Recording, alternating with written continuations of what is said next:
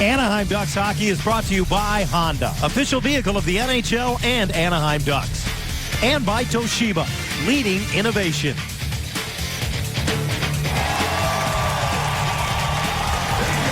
Just moments away from the puck drop between the Canadians and the Ducks, and time for tonight's Keys to the Game, as brought to you by your helpful SoCal Honda dealers. With those on the Anaheim bench with assistant coach Bob Woods is our Lisa Hillary.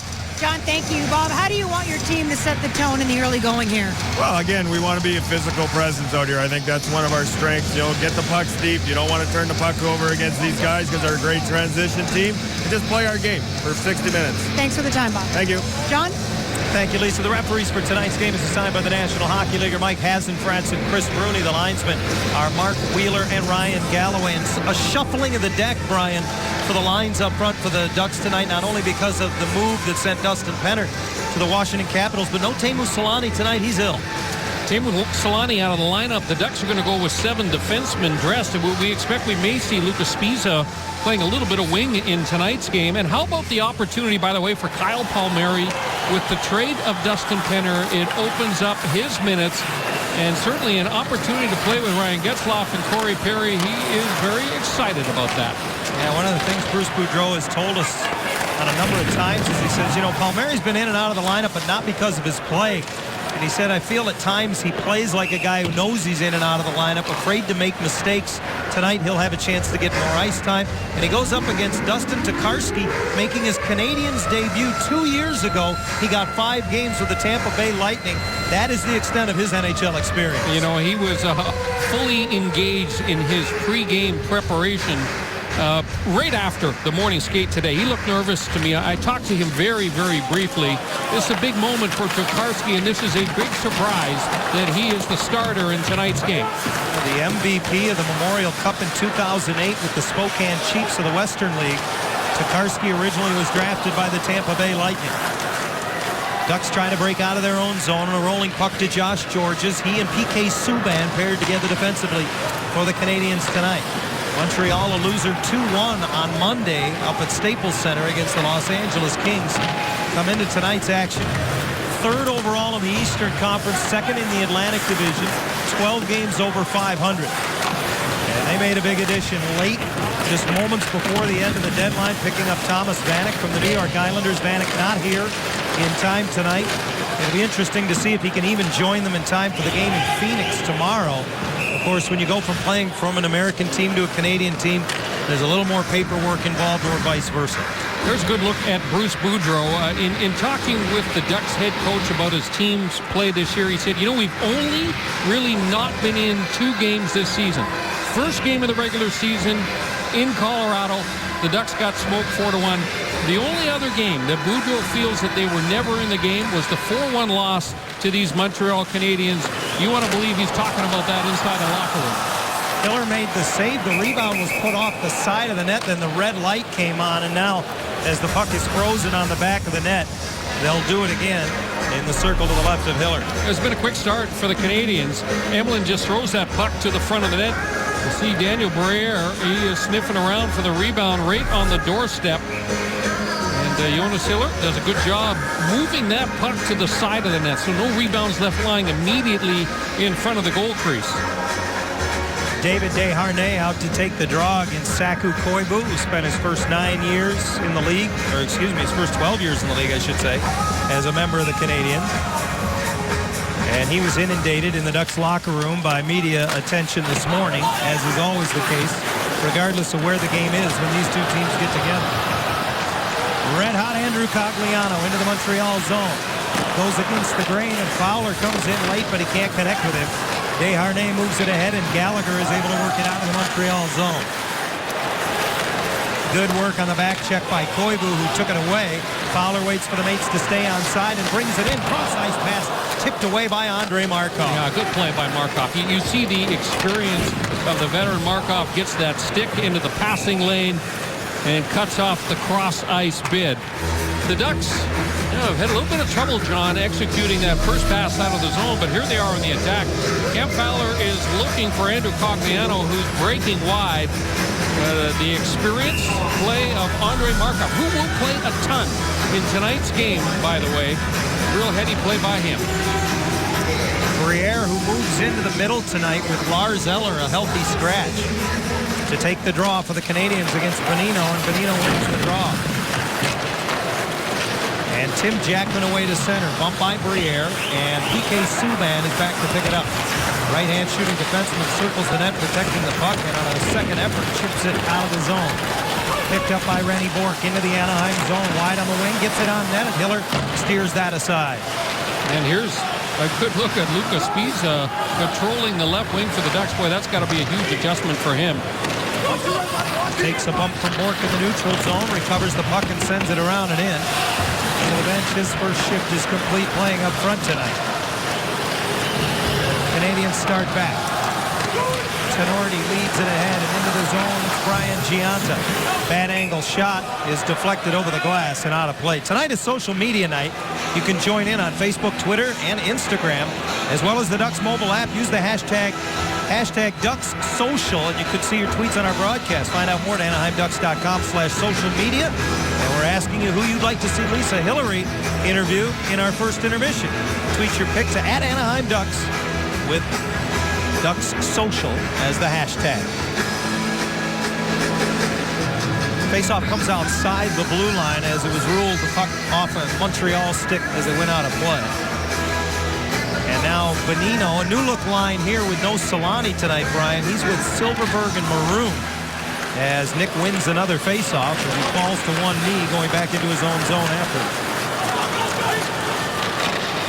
Patrick Maroon scored the only goal the Ducks scored in that 4-1 loss you referenced a moment ago, Brian, in Montreal back in late October. And the irony, the Ducks had so much depth up front going into the deadline.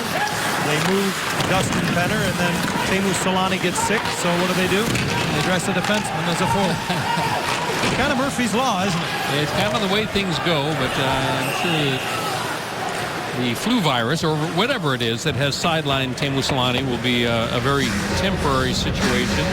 But how about Luca Spiza? You know, it's funny, John. You think about the trade deadline and how it affects us. I mean, we love it as broadcasters. It gives us lots to talk about. But inside those locker rooms, it was a very quiet morning skate today.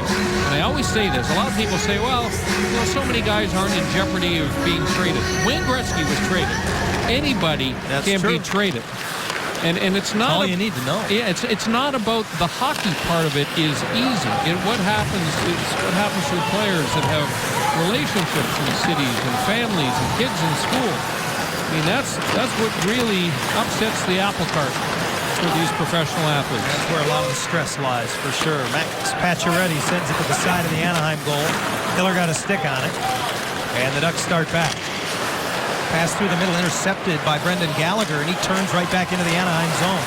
Cutting to the front of the net, and Fowler wouldn't give him any space. Lovejoy angles him off in behind the net. And again, Palmieri knocked to his knees by Alexei Emelin, who spins with it off the boards. Emelin now looks to the line. Markov, his defense partner, got it through, but it went off the leg of Perry and wide.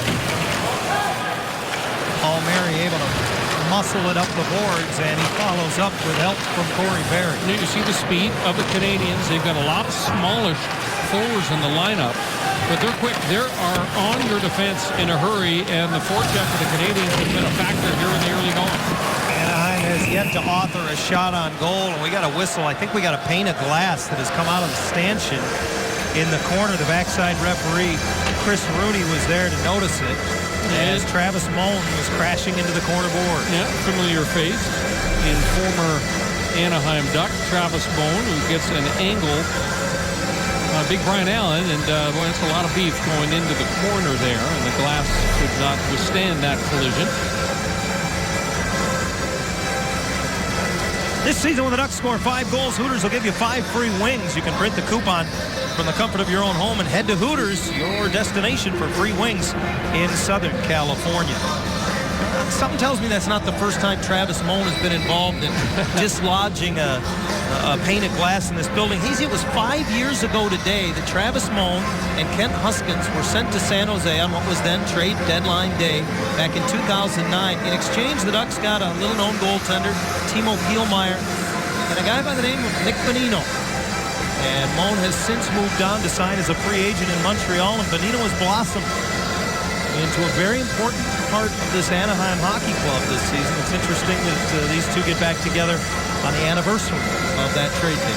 You know, trade deadline day is something that's very unique, I think, to the National Hockey League, in that it's a hard salary cap league, and so there are more reasons, not as many reasons nowadays to kind of throw up roadblocks to deals now that teams can absorb portions of contracts and move players. That's new this season. Before, you had to trade the whole contract away, but now you can eat a little bit of a bad contract if you're really anxious about moving a player. Brian, I think the Bonino example, is something that we don't see so much anymore. A deal that takes 5 years to blossom. I mean, Nick's been a part of the Ducks roster for the last 3 seasons, but he's really become, in the last year and a half, a big part of this team. And it used to be prospects got traded, and it would take 2 or 3 years to figure out whether a deal worked out. But as we saw from today and talking with Bob Murray earlier this week, he mentioned to me that we very rarely see the pure hockey trade anymore. It's all about expiring contracts anymore. And certainly the big deals, what a hit there by Jackman. On the receiving end was Josh Georges, but Jackman is going to have to answer to George Parros. Yep. Good hit by Jackman. It'll be interesting to see if Parros gets anything in terms of an instigator in this one. Good hit by Jackman. And both Parros and Moan were there challenging Tim Jackman. Parros gets the right hand free, as does Jackman eventually. These two guys know what they're doing. They've got one another tied up pretty well. Jackman a little turn sideways here as he's trying to square up to the longtime Duck pugilist. Parros with a roundhouse right, and Jackman finally bull rushing into the ice. Well, this all starts because of a great hit here by Tim Jackman. He gets an angle in on Josh Georges and really finishes him off nicely. You see the head of Georges snap back. And then both Moan and Parros jumped in there to challenge Tim Jackman. Jackman does a good job against a guy that we all know here in Anaheim is pretty handy with the mitts. I think it's somewhat surprising, but this is the first time George has been back since he left 2 seasons ago as an unrestricted free agent. Remember, he signed with the Florida Panthers, and then because of the lockout, the Eastern teams and Western teams didn't play last season when the season resumed in January. So he has not been back to Honda Center since his days as a Duck, and of course he was part of that Stanley Cup Championship team back in 2007. One of the most popular players, and tough guys are always, amongst the most popular with fans, of course. But Parros, who will draw an extra 2-minute minor here for instigating that altercation with Tim Jackman, of course, had a couple of great moments while a member of the Ducks. It's good to see him get caught up with George. Remember, he had that bad concussion earlier this season. Opening night and Maple Leafs. He looks great. He said he feels good and that he has rebounded from that. But that was a good scrap between Jackman and Parros, and an opportunity here for this Anaheim power play to get on track. They have not scored in 2 games since the Olympic break with just 6-man advantages. They don't have a shot on goal, do the Ducks, as yet in this hockey game. It's the additional minor to Parros at 5:03. And here's Thomas Plekanec, one of the more dangerous shorthanded players in the league. Top 5 in the league in shorthanded goals in each of the last 2 seasons, and he just brushes it into the Anaheim zone. The Canadians are a great penalty-killing team, 4th overall in the NHL, and you're going to see a lot of pressure. Palmieri, who draws in on the top power play unit in the absence of Solani, wins a puck battle. Bonino tried to bring it in the middle, but lost it. Plekanec wipes it away. The difficulty in getting your power play on track against this Montreal penalty-killing unit is getting established. And they go with predominantly smaller, quicker forwards up front, and there's just all kinds of pressure at the top. Part of what makes them so good as well as Fowler rips one wide is the fact that this team leads the league in blocked shots. I love the fact, though, that Cam Fowler is starting to just put his head down every once in a while and just rip it, John. It makes the Ducks' power play so much more effective when you've got a big shot from the blue line. Tokarski is yet to make a save as the Ducks, with under a minute remaining in the power play, get it back to the point. Lindholm to Valesky, curls off the boards. Got it to Silverberg, who whips it just wide. Oshima steps up on the far boards and controls there. Down Down low, Patrick Maroon sends it to the point, hustling over the cover is Lindholm, and he can't hold the line. We often talk about the right-handed shots and the left-handed shots, and you could see the difficulty there the left-handed shooting Lindholm had picking that puck off the board. Silverberg storms into the right corner, puts it behind the net, and Yemlin intercepts and hoists it on the backhand all the way down. That's going to do it. The additional penalty being served by young Alexander Galchenyuk will expire. He's out of the box. And the Habs are full strength. Anaheim fails to get a shot on goal during the course of their first power play. Ducks are 0 for 4 against the Canadiens this season with the extra man. Dale Weiss, who came over 8 games ago from the Vancouver Canucks, works the puck to the corner for the Canadiens and gets some help from Douglas Murray, who will clear the hard way. This will be an icing call as Fowler is back to get it for Anaheim. A reminder coming up later on in our broadcast, whether you're enjoying a cold one now or then with us, you can enjoy Miller time with us as we'll look back later on in the broadcast at one of the key moments in tonight's hockey game between the Canadiens and Ducks. The Ducks still looking for their first shot on goal against Dustin Tokarski, and you know that they want to really test him as much as they can here in the opening period before he gets a chance to settle in. The native of Humboldt, Saskatchewan, trying to look through the screen of Kyle Palmieri. The Perry centering pass went to the slot, nobody home in black. And the Ducks recoil back in their own zone. Fowler headmans for Perry. He'll chip it in. Palmieri goes in after it. Subban reversing it away. Gallagher gets a run over there by Getzlaf, but Perry can't recover possession. Back come the Canadiens. Desharnais and Gallagher at the line, and a drop pass misses Pacioretty, who sweeps it on the backhand below the goal line. Desharnais centers. Pacioretty was there, and a glove save by Hiller. What stop. What a great stop by Jonas Hiller with the right hand.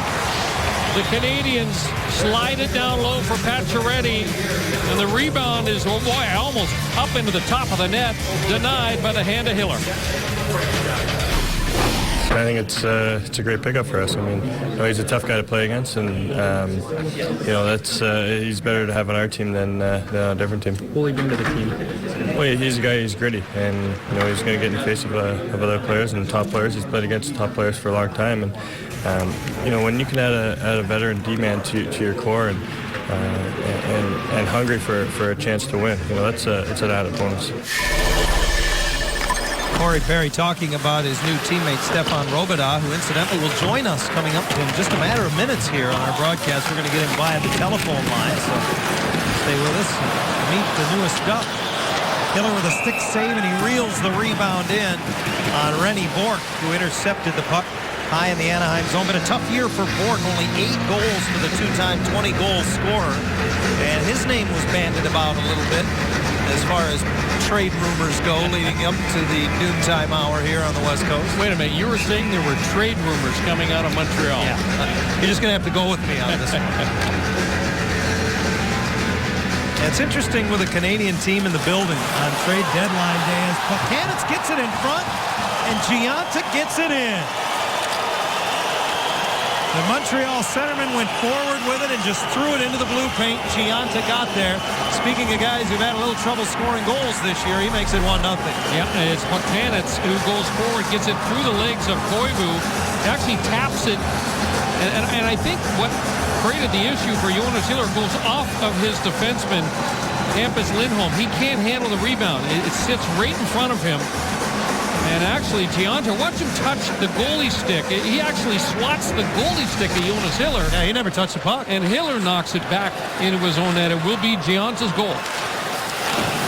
And the Canadiens have a 1-0 lead. A team that's been rather offensively challenged of late. The Canadiens, 20th in the league in goal scoring, and they have a 1-0 advantage. Galchenyuk throws it to center off the ensuing drive, and that's deflected by Bolesky right back into the Montreal zone. Around the wall, Beauchemin pinching up the point. Can't keep it in. Bolesky trying to cover the point, and Galchenyuk can't recover the puck. Emlin and Markov, the defense pairing for the Canadiens, and they're forced deep into their own zone again. Slow rolling puck makes its way to Desharnais. He and Max Pacioretty, joined by Tenorti, Jared Tenorti, the former first-round pick, has to go back to the line to keep it in. 6'6", 220 pounds. Tenorti has to go back defensively as Fowler got the drop pass from Silverberg, and that's deflected out of play. No one seems to know where the puck is, and after a pregnant pause, a whistle from the referee. Let's go back and look at the opening goal of the hockey game. The puck lands into the pads of Jonas Hiller. He can't feel it. He thinks he's got it covered. He doesn't. It sits right in front. And there's the tap on the heel of the goal stick that actually knocks the blade back into the puck. The puck ends up in the back of the net. 13th goal of the season for Brian Gionta, who's starting to heat up a little bit for the Habs. Now 35 years of age, the native of Rochester, New York. Gionta in the final year of his contract as well. And he's giving the Canadians a 1-0 lead. Fistrick looking for a tip, just hit Silverberg with that shot. Maroon battles it down low, gets it back to Silverberg, who shovels it just wide. Bonino just missed a redirect at the near post. Good pressure for the Ducks. Some of their best pressure in the Montreal zone here in the opening period. That's a hook.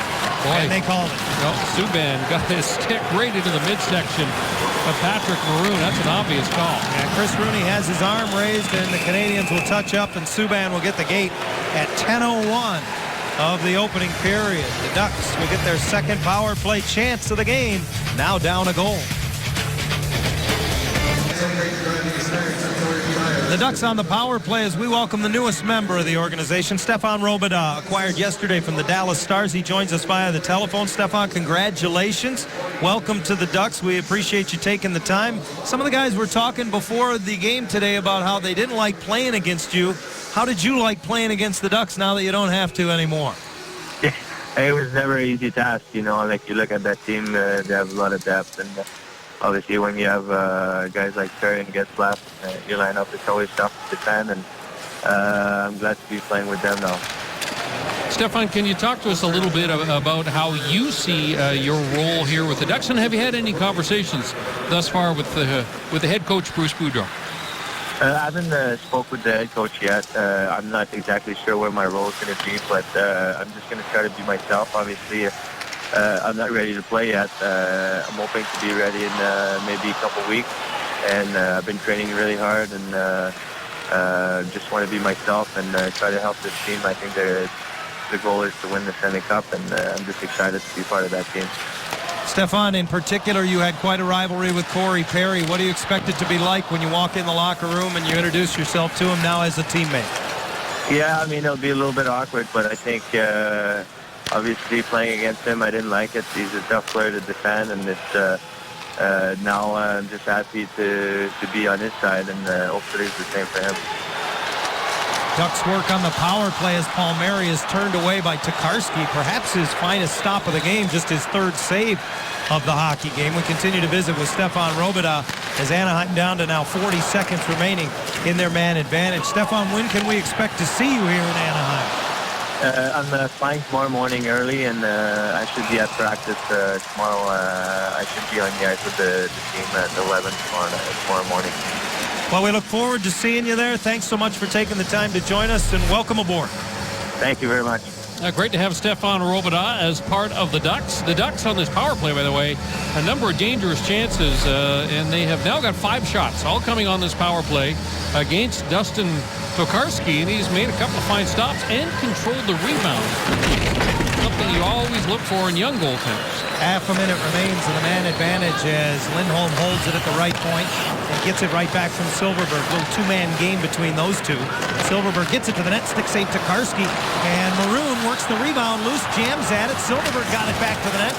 Patrick Maroon takes it behind the net, and around the boards it'll go before being swept the length of the ice by Gionta. Now, this second power play has been ultra dangerous for the Ducks. It's all about getting set up, established, and nothing fancy. More shots, I think, is what Bruce Boudreau is looking for. Out of the box is Subban, and the Canadiens full strength. 0 for 2 tonight on the Ducks with the extra man, as Pacioretty has to reach back at the line and tap it back for Emlyn. Gallagher winds it hard around the boards and in. Pacioretty chops it to the corner. 29 goals on the season for Max Pacioretty.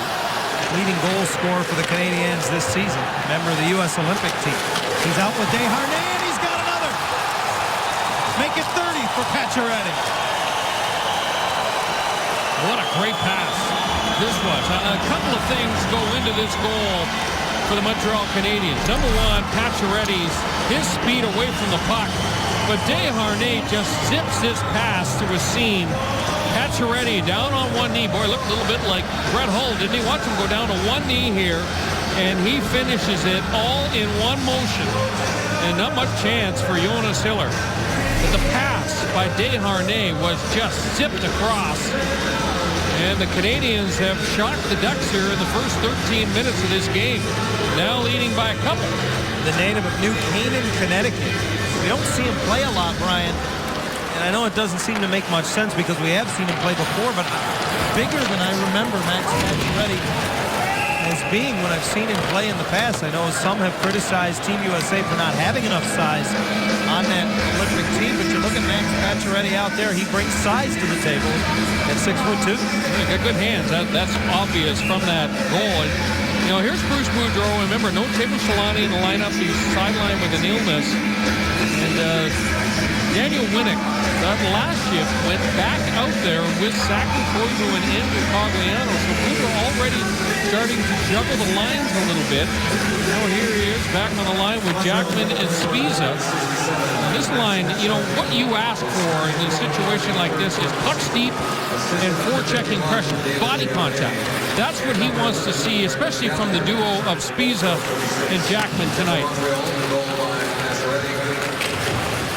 Pacioretty's goal from Desharnais. Each of those two have points in all 4 games for the Canadiens since their return from the Olympic break.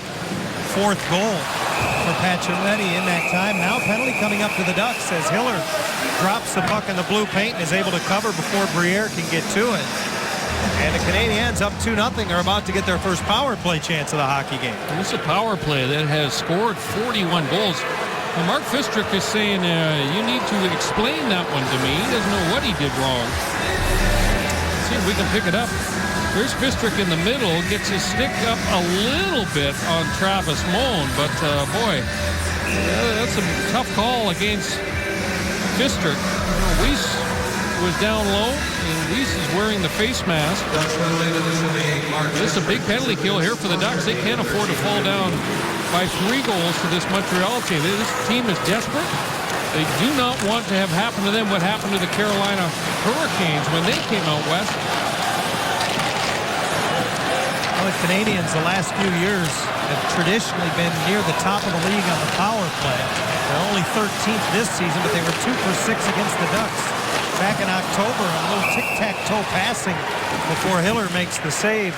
That shot from Pacioretty in the right circle. This power play unit has all the elements. They've got the big shot from the blue line with Subban. They've got the size and the hands down low of Pacioretty.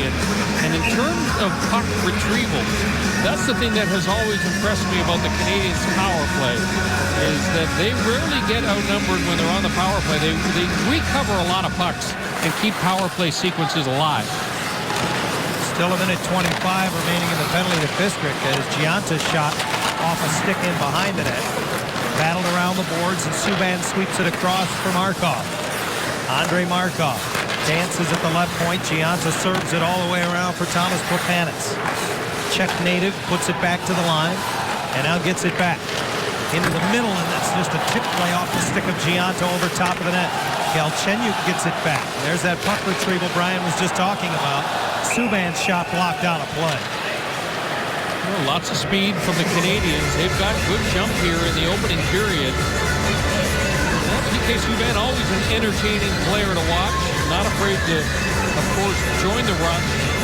He's been out there for this entire power play for the Canadiens. He won the Norris Trophy a season ago and led all defensemen in the league in scoring. He's second in power play goals. He's top 10 again this season. Member of the Canadian gold medal winning team in Sochi just 10 days ago. Subban goes rink wide. Pacioretty lays it back, and Markov hard around and in. Brian Allen makes that short little 10-foot pass, and Silverberg is able to loft it out of harm's way. Final half minute of the penalty to Fistrick. Desharnais brings it into the zone. Draws the defender, then tries to drop it back, but Bonino got in the way of that. Subban slides it across.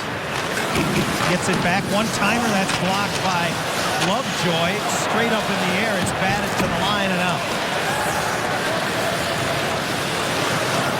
Subban waits for the mates to get onside and lobs it to the left wing corner. Desharnais pursues.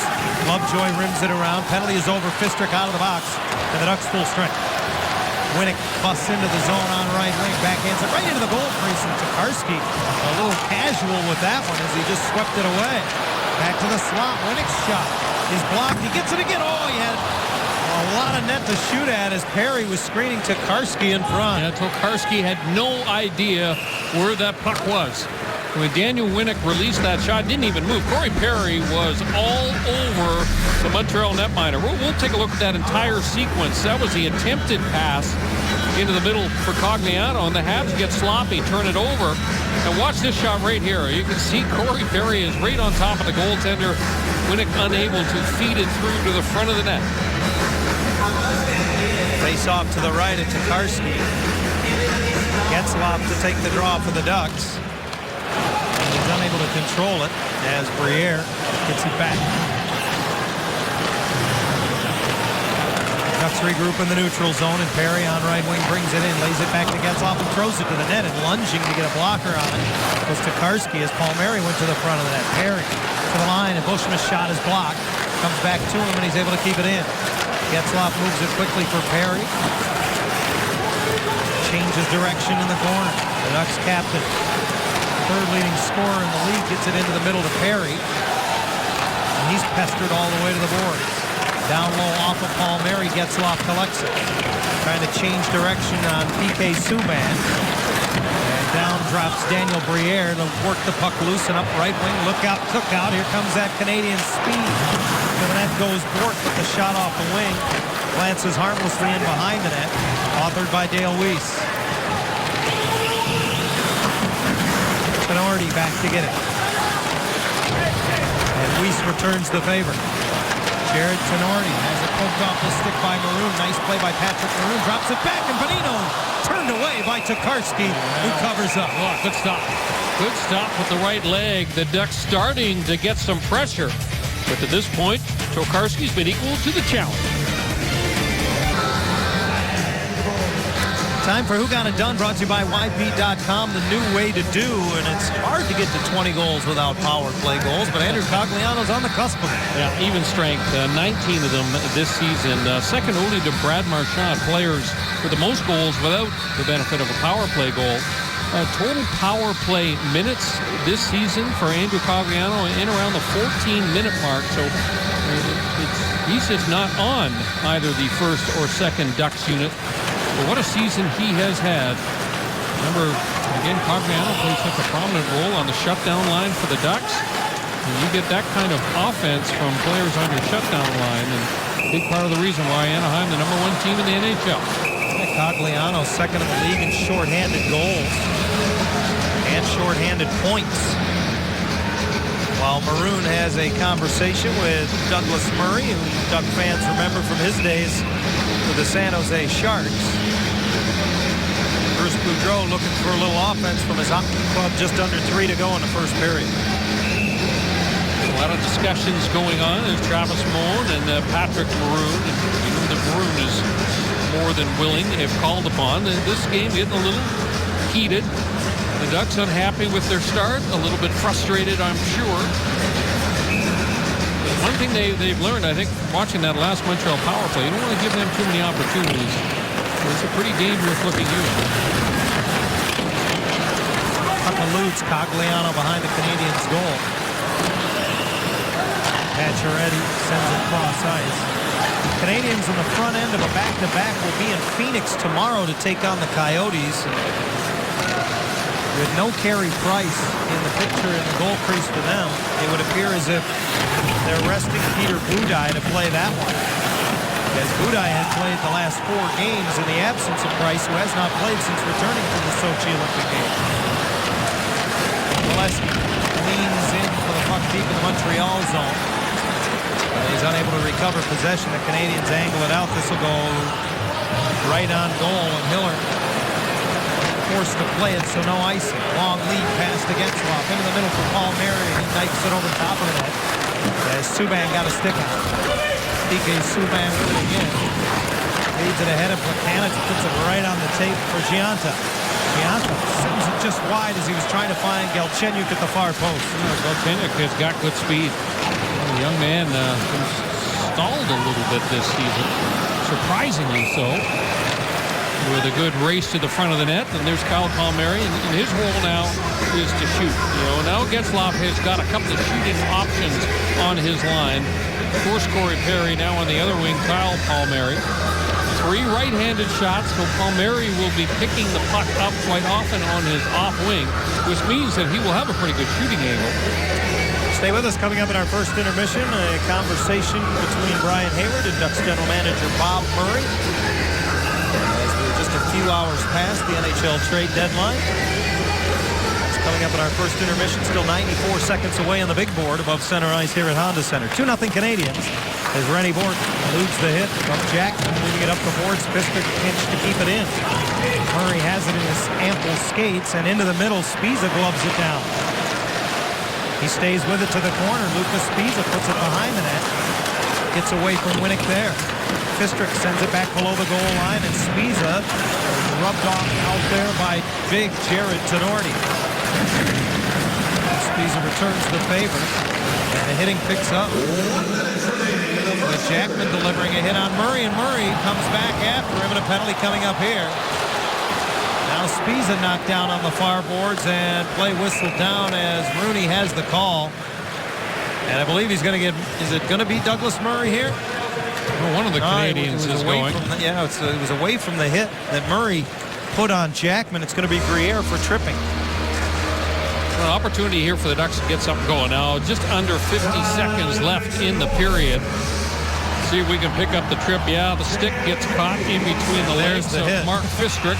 The hit coming late. That could have been interference. Quite honestly, that's what I thought the penalty was. Excuse me, Brian. Because Jackman was nowhere near the puck when he got drilled. So the third Anaheim power play of the opening period. Puck right to the side of the net. Tokarski tried to poke it away, and it ended up right underneath him. And sniffing around was Corey Perry. The last power play for the Ducks, they did have some great scoring chances. They actually had 8 shots on goal on that power play. Tokarski looks pretty poised and under control so far, John. He'll look at a face-off to his right. 43 seconds remains in the period. 1:54 on the penalty clock for Briere. So from a Canadian standpoint, they'd love to break this penalty kill into a couple different pieces. And a face-off win. And I believe we got a high stick here against the Ducks. Markov just wound it around the boards. Corey Perry was pressuring, and I think he clipped him with his stick. Not much argument from Corey Perry.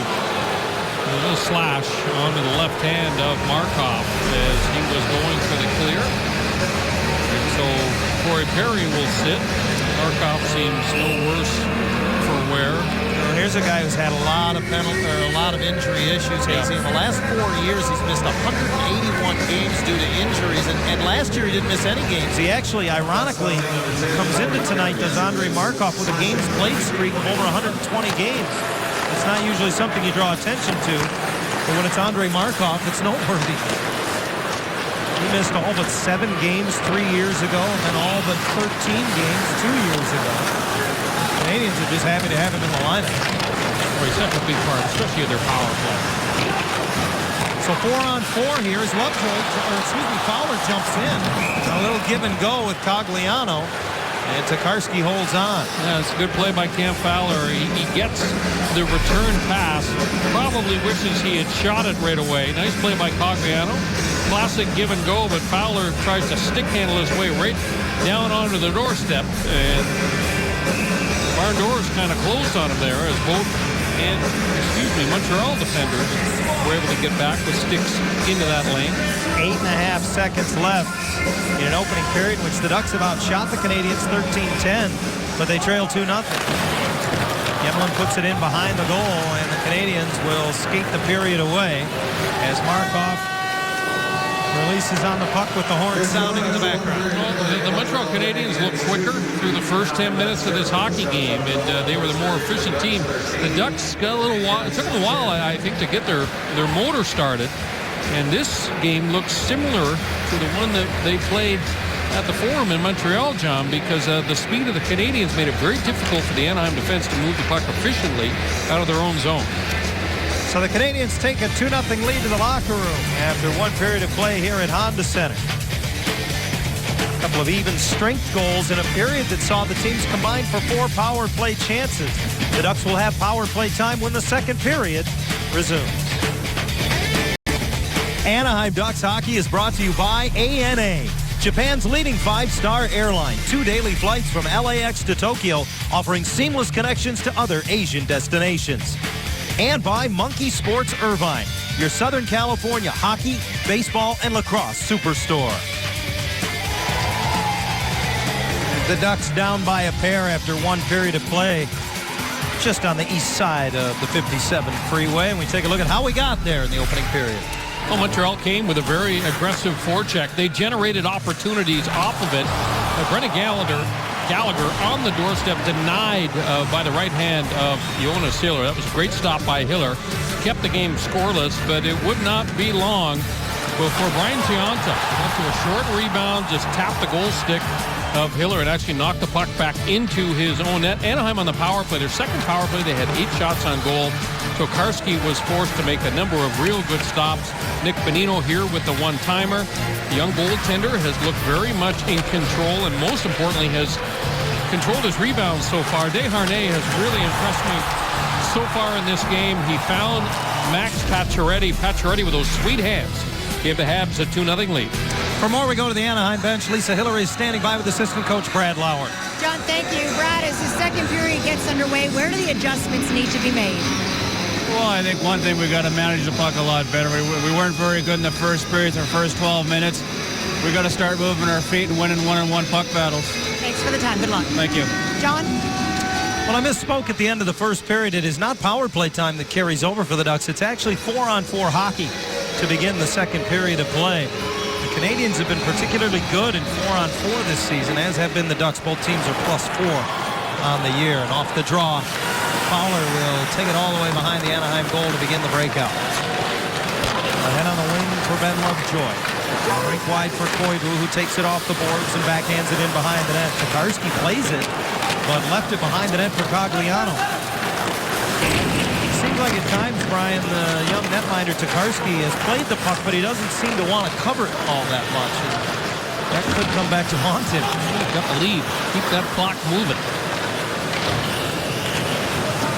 Plekanec doesn't see the pass coming to his right, so it'll be icing as it goes all the way back into the Anaheim zone. Just 39 seconds into this, the second period. You know, it is interesting, John, because we've talked about the fact that Montreal is not the biggest team in the league, and defensive zone face-offs, as a result, have to be a little bit of a concern.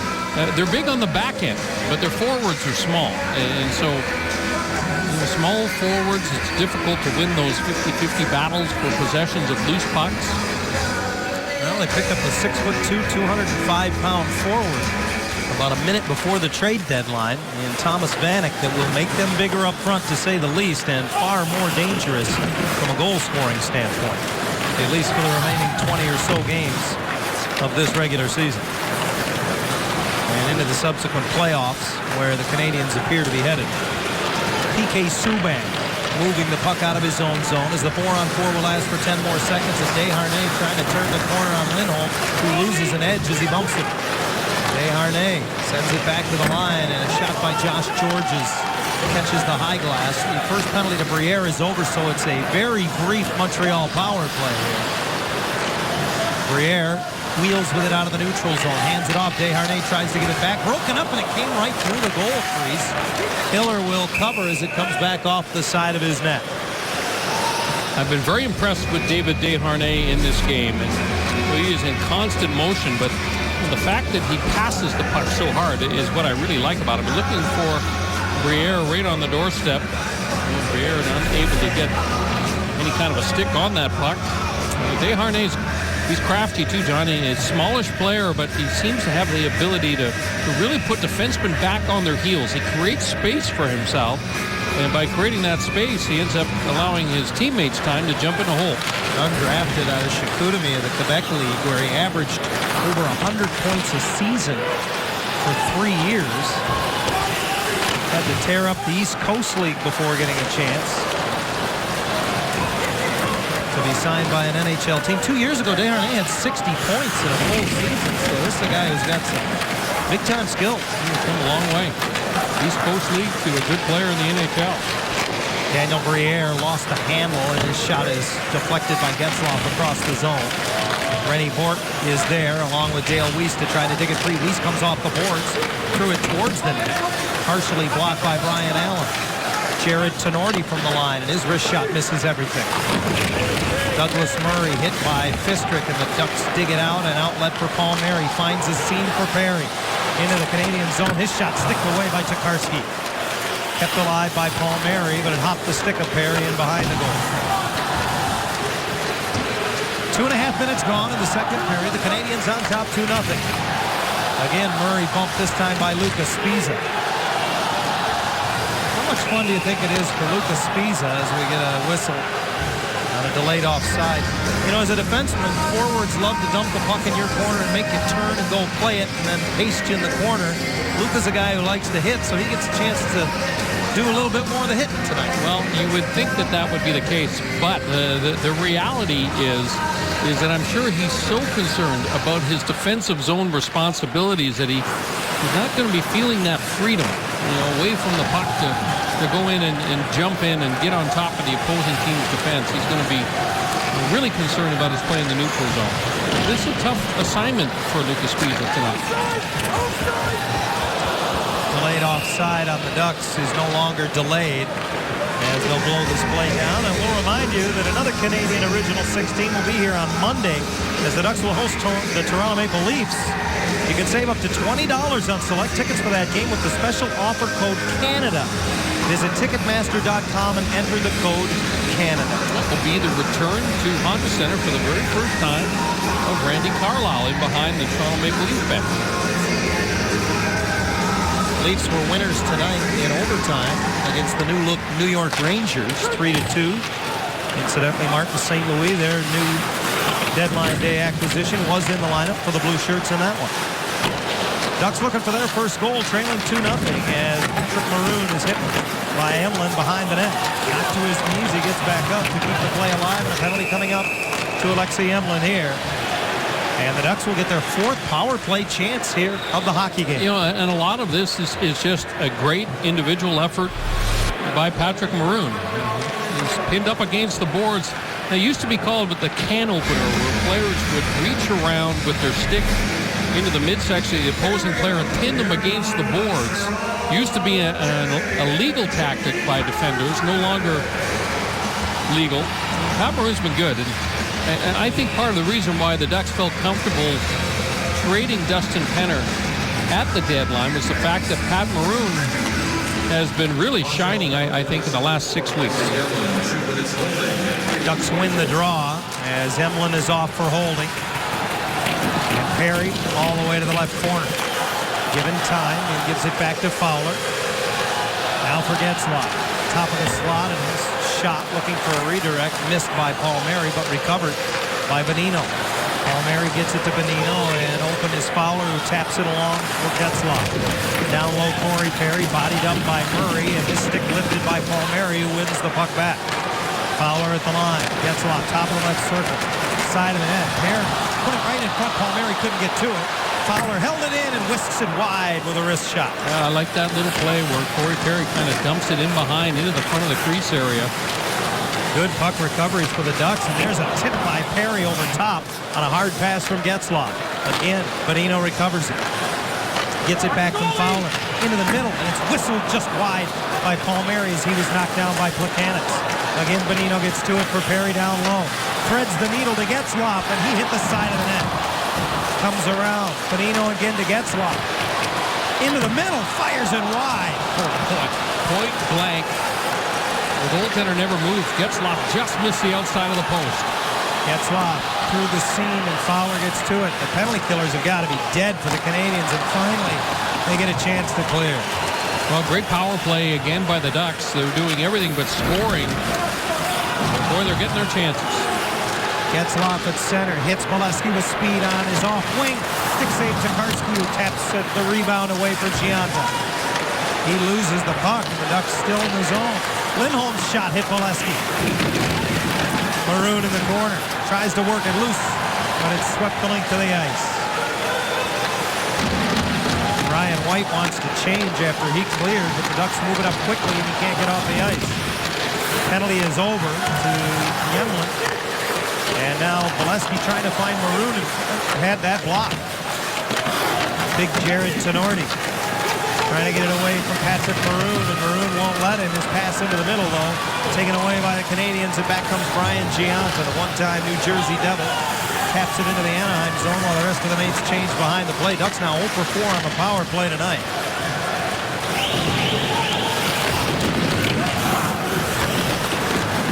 Subban wraps it around, held in by Fowler off the skate of Subban. He kicks it ahead, and Gallagher with a home run pass intended for Pacioretty. It comes over to Desharnais, and his stick taken away by Lovejoy on the back check. Ducks dodged a bullet there. The Canadians' speed able to stretch the defense through the neutral zone.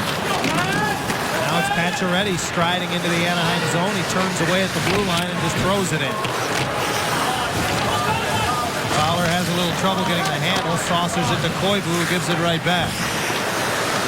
Shots 18-12 to this point in the hockey game in favor of the Ducks. Remember, Anaheim scored 5 straight against Carolina here on Sunday. Since then, they have surrendered 5 straight. They gave up the last 3 goals of that game down the stretch and trail here 2-0. Now, John, let's go back to that last Anaheim power play. Ryan Getzlaf had everybody dead to rights. Watch the patience here. He waits for Travis Moan to hit the deck, and now he rips it, and he just catches a piece of the outside goalpost. Douglas Murray is going for the block. He has his own goaltender completely screened, so Getzlaf, unfortunately, a couple inches away from getting the Ducks within 1. Ducks win the draw in the Montreal zone. Just the 3rd face-off they have won in the offensive zone. However, the Habs come back 3-on-2. Murray's shot blocked on the way to the net. And hustling after blocking it was Brian Allen. He leads it ahead. Bonino finds the trailer. Coming late with Spiza, thinks better of it. Now takes a wrist shot and scores!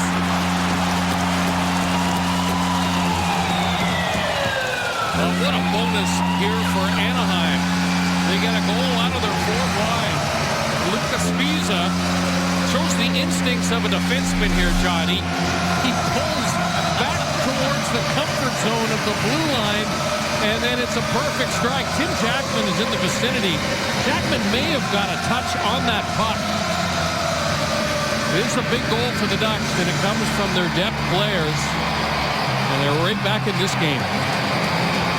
Here's a look at it. Let's see if Jackman, it's off the stick of Tim Jackman in between the arm and the body of Tokarski. That's a big goal. Jackman's 3rd of the season. His 2nd since joining the Ducks. And Anaheim within a goal. And something we haven't talked about yet. The fact that a few days ago, Tim Jackman was re-upped, extended the new 1-year contract, rewarding him for his good play. Again, a guy, big body, likes to hit. You get offense from him. It's a huge bonus.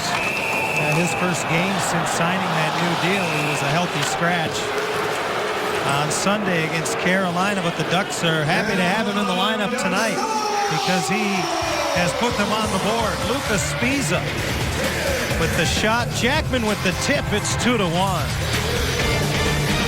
Well, Tim Jackman's just an assist away from a Gordie Howe hat trick tonight. Remember in the first period, Brian, he and George Peros got together, and a deft little tip there on the Spiza effort has put the Ducks on the board. We always said this about Jackman. He defines what coaches call an honest player. He goes up and down his wing. He's always in position. He's a hard guy to play against, and another reason why Jackman's a guy that he plays St. Louis, the Kings in the playoffs. Bonino draws a penalty as he tried to go wide, and he ends up tripped up. And Alexei Emelin is going to go to the box again. And the Ducks on the power play for the 5th time in this hockey game that's not yet halfway complete. Emelin is a guy that's a very deceptive player. He just reaches. Bonino goes down. Bonino puts a little move on him. Emelin not happy. Ducks right to the power play. It's a tripping call against him. Anytime a guy that leads the team and hits takes a penalty and he doesn't get that physical contact to go with it, you always sense the frustration that Emelin shows there. Member of the Russian Olympic hockey team. He's picked up his second minor penalty of this second period. And Anaheim with a golden opportunity to draw square. Behind the net, it's Getzlaf. Cycles it down low, and Perry is on it. Up the boards he comes. Able to keep the puck alive. Palmieri comes over to help out, but the loose puck is swept the length of the ice by Josh Georges. Yeah, that was a nice play by Travis Morley. He kind of shielded the Ducks from that puck, just tapped it back to Georges. Seen that play before. Zone. As Bonino gets it from Getzlaf. And he gets it back to Bonino. And out to the point for Fowler. Ducks are set up now. Fowler middle of the ice. Right back to the captain. Curls away. A minute 10 to go on the power play. Into the middle, down low for Perry, and he lost the handle. Getzlaf trying to get it back to the point, and back come the Canadians in a hurry. Palmieri on the back check. And he gets enough of Gianta to disrupt the play, as Pacioretty was trying to set him up. And Gianta almost guilty of taking a penalty there, trying to get away from Kyle Palmieri. 45 seconds left as Douglas Murray hammers at the length of the ice. Hiller gets a piece behind the net. Campus Lindholm pressured by Plekanec. Plekanec had a 3-point night back on October the 25th when the Ducks were in Montreal. They scored! Bolsheva caught Tokarski going out to play the puck behind the net. You don't see that every day. It's a bad bounce off the stanchion, and the young goaltender probably unaware of the building here at Honda Center. There's the dump in. It's rimmed around by Francois Beauchemin, but it's off the stanchion right in the middle of the net. Boy, that is a tough one for Dustin Tokarski, and the Ducks say thank you very much. O'Brien, this is my 12th season here, and I remember seeing that exact same goal scored my first season back in 2002-2003 when Pavel Trinka scored a goal that way in here. And like you said, I mean, you have to be aware of the gremlins in this building. There's no way Dustin Tokarski can. Yeah, that's a little bit of a rookie mistake. It was interesting because a bunch of Tokarski's teammates came back to him before they dropped the puck and slapped him on the pads. And I tell you what, I hated that as a goaltender. Like, get away from me. Okay, I know I made a mistake. Drop the puck. Let's play the game. And now it's all about regrouping quickly. This is a mental challenge now for Tokarski. He knows he's made a mistake. He knows he's given up 2 in this period. But the Ducks are starting to come on. Hiller and Lindholm pick up assists. It is a power play goal for Francois Beauchemin, his second goal in the last 2 games. Remember, he had one here on Sunday night against the Carolina Hurricanes. 3rd of the year, and it's a brand new game. The Ducks have had the benefit of the majority of the power plays so far in this game, so we'll see how that works itself out as the game progresses. We're halfway through, tied at 2 at Honda Center. Desharnais picks up a loose puck, drops it back. Markov hammers a glove save. Hiller. Good stop by Jonas Hiller with the right hand. Markov, he can't wire it to the same extent that PK Subban can, but he's got a very heavy shot. Hiller does a good job kind of picking that up. Matt Bolesky in the shooting lane just goes outside the right leg of Bolesky and forces Hiller to make a big save. Face-off will be to Hiller's right. He faced only 18 shots in a shutout effort his last outing last Friday in that 1-0 win against the St. Louis Blues. He's seen 13 shots to this point. credited with 11 saves. Canadians win the draw. Emelin got it through. Pad save off the left leg of Hiller. And the Ducks lead it back to center ice. Brian Gianta for Pacioretty. He can't get inside on Beauchemin. Shot misses everything off the wing. And Emelin holds it in. Plekanec to the front of the net looking for Galchenyuk to get a stick on it, but Lindholm tipped it away. Bolesky dropped his stick. Excuse me, it was Silverberg. Has to go back to get it, so he can't play the puck. And the Canadians keep it in. This is Galchenyuk, third overall pick in the draft 2 summers ago, and he pays a price as Bonino and Lindholm are there to meet him in the corner. Puck squirts to the slot, and Maroon with the prudent play just lobs it back. Silverberg runs it down.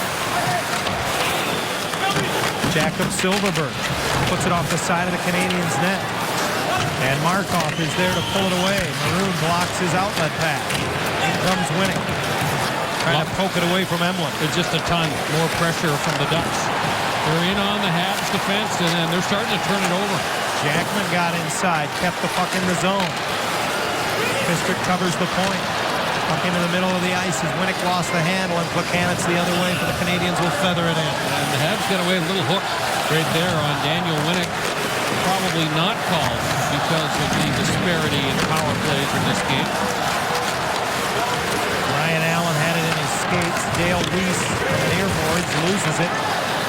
It's led ahead by Winnick.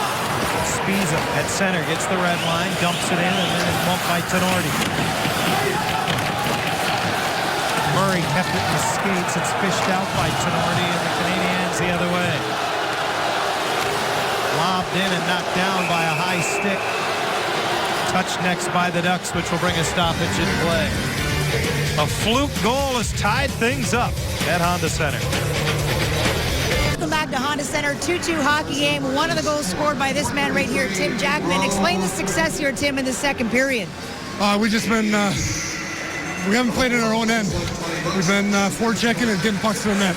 Thanks for the time. Get your breath. Yeah, thank you. Johnny. Thank you, Lisa, the 10th-year man out of Minnesota State. Playing in his 21st game since coming over early in the season from the Calgary Flames on a day and a night when all the talk is about trades. The Jackman trade back in November. And now here's Cogliano using his speed to run down the loose puck in the Montreal zone in front for Bolesky. And on the back check, Douglas Murray lost his stick. But I think he got a piece of the bid by Bolesky. When you talk about matchups in a game, you know Bruce Boudreau is trying to get Andrew Cogliano on the ice. Whenever Douglas Murray is out there for the Habs, Murray not the fleetest of foot. He's a banger. Boy, he's got a big heart. Pacioretty sent up Tenorti. His shot blocked by Bolesky, but it goes right to the wing. And Hiller has to make a good save. And he's able to cover up. Moments ago, streaking down the right wing, and Andrew Cogliano gets away from Douglas Murray. Jared Tenorti trying to defend the 2-on-1. It's a good pass across by Cogliano. It looked like Murray may have actually got a stick. Yes, he did in there, so good recovery by him. And that's something that has really changed, I think, over the years. The way defensemen have played that situation. A lot more pressure put on the puck now. I think that's all because of the increased, what coaches call backside pressure. Well, it was a good-looking play. Palmieri just angling it off the boards, just a hair out of the reach of Corey Perry. Gianta feeds it around. Galchenyuk takes a bump there as he reverses it, and Lindholm does a good job to hold the line. Ducks keep it in the Montreal zone. Perry into the middle. Getzlaf in front for Palmieri, robbed by Tokarski. What a stop. Good stop by him. What a shift by this trio. And again, the Ducks recover the puck. Shot bouncing from the point, ends up below the goal line in the near corner. Perry gets it back to the line. Lindholm across, and a long shot by Beauchemin off the pad of Tokarski. Comes back to him, he'll try again. That one blocked. Gianta strides the other way. Canadians probably need to change as much as anything, try to get one as they bring it into the zone. Galchenyuk following up, but Getzlaf pulls it off the boards and whips it across. Jakob Silverberg steers it into the Canadian zone, and Georges is there to play it behind the net. Moves it around, and White has the pass go right through him. Maroon kept it in the zone. Bonino got it on net. Boy, Bonino did a good job to release that puck. Puck trickles to center ice. Brian Allen, the only Duck who had retreated out of the zone, rims it around and in as everyone touches up. Did you notice Tokarski on that dump in by Brian Allen? He was on the goal line. He is not going to be leaving that net again. There was a former American president who once said something about "fool me once." As the puck deflects out of play. 5:43 to go in the second period. The Ducks have come back from being down a pair. It's been all Ducks in this second period. They've tied the game up, and now they've generated a bunch of chances in their last couple of shifts. Score right on the doorstep. It's a good stop again by Tokarski. What's this with the left leg? He extends it. Kyle Palmieri can't elevate that puck. And the Habs goaltender denies Palmieri. He was shaking his head as he went back to the Anaheim bench. Well, you wonder how a guy ends up getting that chance to play on the first line. Kyle Palmieri plus 13 in his last 21 games. And 14 points in that span. As Bruce Boudreau told us earlier today, or actually I should say earlier this week, he's been in and out of the lineup, but not because of his play. It had been because of numbers. And that situation appears to have been alleviated, and now a big opportunity for him. Here's Koivu, late coming into the Montreal zone, and his backhander steered aside by Tokarski. Cogliano put it right back into the blue paint. Fowler with a pass across. Oh, and Koivu's shot was blocked. Still nearly ricocheted into the Montreal net. Yeah, what a pass that was by Fowler. Fowler picked up his head, saw Koivu pivoting. 3-on-2. The Canadians, and a great save by Hiller on Pacioretty. Up and down these teams go all of a sudden. A bit of fire wagon hockey here. And the fans are loving it. It is fun to watch, unless you're a coach. Winnick did not get a touch on the Lovejoy pass off the board, so as it crosses the goal line, icing is the call. Here's that bid by Saku Koivu. Great pass by Fowler. Puck rolling just a little bit. He still gets great wood on it. I think it's Douglas Murray that it hits and almost banks in off the young defenseman Tenorti, and there's a real nice save by Jonas Hiller on Pacioretty from the slot. Plekanec wins the draw. Markov with a drive tipped on the way, and it skitters just wide. Emlin pinches, and Gianta covers his point. Emlin fires it through the blue paint and wide of the far post, but again it's kept in. Plekanec covering the point on the near side. Down low, missed Gianta. Galchenyuk got crushed by Lovejoy, and he'll get the gate. Lovejoy is saying, why did the referee who's standing 10 feet away not make the call, and the referee back in the neutral zone did? That's what he was upset about. Sometimes the backside referee does have a better look. See the hit? It's going to be called boarding, I'm sure, on Galchenyuk. It's always a tough play when a player spins at that last second, squares up his shoulders. Once you're committed to the hit, it's tough to hold up. I spoke to young Alex Galchenyuk this morning, just turned 20 years of age. He was born in Milwaukee when his father was playing in the International Hockey League for the Milwaukee Admirals, but he told me he's moved around so much in his life, he doesn't call any place home. His entire family now lives in Montreal as he coughs the puck up at the blue line. And Getzlaf got it to Brian Allen as it just came back to him, and Tokarski deflects it out of play. Getzlaf did not realize at first that he had a little bit of a break opportunity. He was going to turn back, and then he said, oh, what the heck, I might as well go on the attack. Brian Allen gets a lot on this shot. It's off the right shoulder of Tokarski, and out of play. The seas just parted for Brian Allen. Everybody peeled off. A usually defensive-minded defenseman with a pretty good bid. Allen chases the puck deep into the Anaheim zone here, and he'll get the icing call as an inauspicious first 21 seconds for the Canadian power play. You know, multiple penalties taken by the Canadians that seem to have sapped their energy. You know, and what their head coach is really looking for at this point is for them to get it going the opposite way, to use this power play, even if they don't score, to generate a little bit more momentum, a few more scoring chances against Jonas Hiller.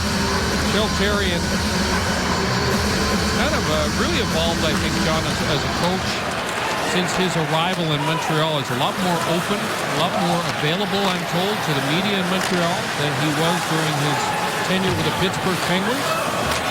And good on him. This Canadian power play has been very good since returning from the Olympic break. 29% in their first 4 games before tonight. 0 for 2 so far this evening as Allen rockets it off the near side wall all the way down. The penalty to Lovejoy, still with over a minute remaining. 3:15 to play second period. 2 in the first for the Canadians, 2 in the second for the Ducks, and that's where we stand, tied at Honda Center. And a clearing attempt by Fowler gets as far as center ice. Subban plays it across, and Galchenyuk just lets it go through, so Bonino brushes it back. Time and space for Fowler, who will lob it right through the middle, and Silfverberg gets to it first. Jakob Silfverberg throws it right back and runs in the slot. Tokarski makes a couple of saves on Bonino. Bonino gets his stick free from Subban, and Tokarski with a couple of beauties.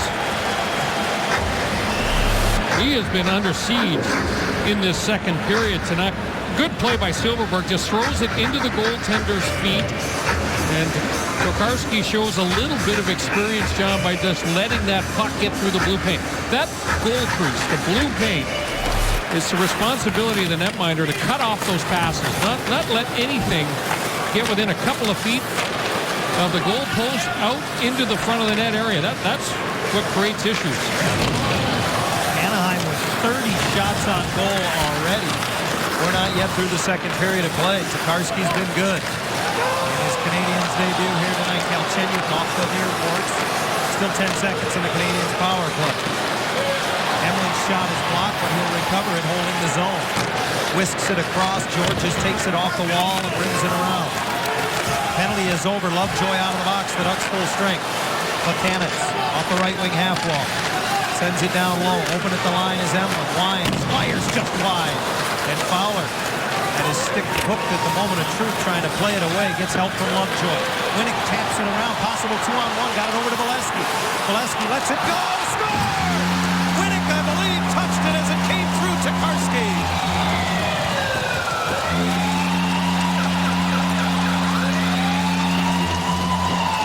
Daniel Winnick goes hard to the front of the net, and he gets rewarded. Third goal of the season. Winnick gives it up and then goes to the far post. And it goes off his stick. Boy, he knocks it right out of midair. Great hands by Daniel Winnick. And the Ducks have fought all the way back to take a lead in this one. Ice has been tilted in this second period. It's been all Anaheim. Montreal's last power play, 2 scoring chances. They both belong to the Ducks, however, while shorthanded. The Ducks have 3 different goal scorers in this game, Brian. Tim Jackman, Francois Beauchemin, and Daniel Winnick. All of them came into tonight's game with 2 goals on the season.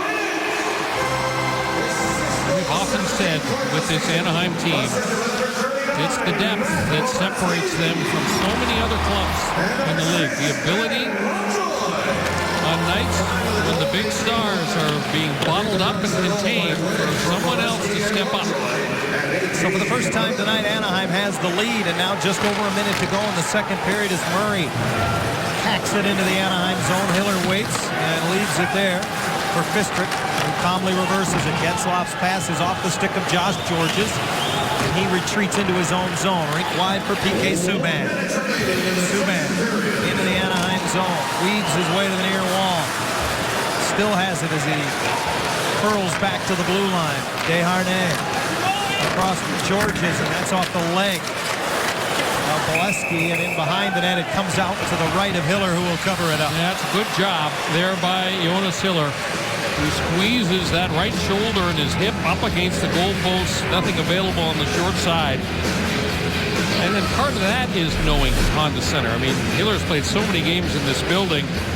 He knows that the boards are active. The shots that go wide quite often come right back towards the front of the net. He gets a good read and looks very relaxed in covering up that loose puck. 9 different Ducks appear on the score sheet in this game, including Jonas Hiller, who picked up an assist on the Beauchemin power play goal.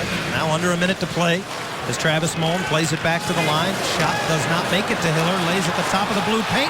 And it's pulled out by Gallagher, who puts it up top. We're tied again. Anaheim had dominated in the face-off circle all period long. It's only the third face-off the Canadians have won in this period. They make it count. Brendan Gallagher shows some pretty nifty hands.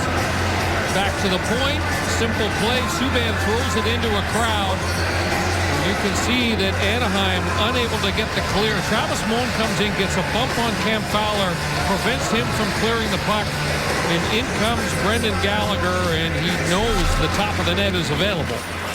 Gallagher, remember the NHL's all-rookie team a season ago, was tied for the team goal-scoring lead last season. Has exceeded his total from the 12-13 campaign with that goal. Now his 16th of the year, and it's a 3-3 hockey game. Galchenyuk trying to bring it out of the Montreal zone for Gianta. His pass off the skate of Pacioretty. Under 10 seconds to go in the period. It's Silverberg.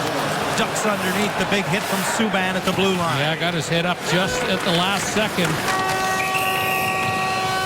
Bonino comes over and bumps him as the horn sounds. Well, it's a brand new hockey game, which the Ducks probably would have taken coming into the period, but the fact that they give up a late goal to be tied puts a little bit of a wet blanket on what was a good second period. Yeah, Montreal is fortunate. They get that late goal to kind of stifle the momentum that Anaheim was able to generate, because it was all Ducks in the second period. They won all the puck battles, John. They had possession of the puck. It seemed like almost the entire period. It was a very entertaining hockey game tonight at Honda Center. A lot of hard hats on the score sheet for the Ducks in this one. They got some bounces. They got a lead, but the Canadians tied it late. It's a 20-minute hockey game. All rights to this broadcast are reserved, and any rebroadcast, recording, retransmission, or other use of this broadcast without the express written consent of the Anaheim Ducks is expressly prohibited. The Ducks and Habs are tied at 3 after 2. It was 2-0 Montreal after one period of play. And then Anaheim turned it on in the second period. Oh, boy, did they ever. 19 shots on goal for the Ducks. And this one doesn't count as a shot on goal. It was Ryan Getzlaf who ripped it off of the short side post. But Anaheim kept applying the pressure. Tim Jackman gives it up, goes to the front of the net. And Lucas Spiza's shot redirected. With the shaft of the stick of Jackman to get the Ducks back into this game, and then they get a bounce. Francois Beauchemin just trying to run the puck around the glass.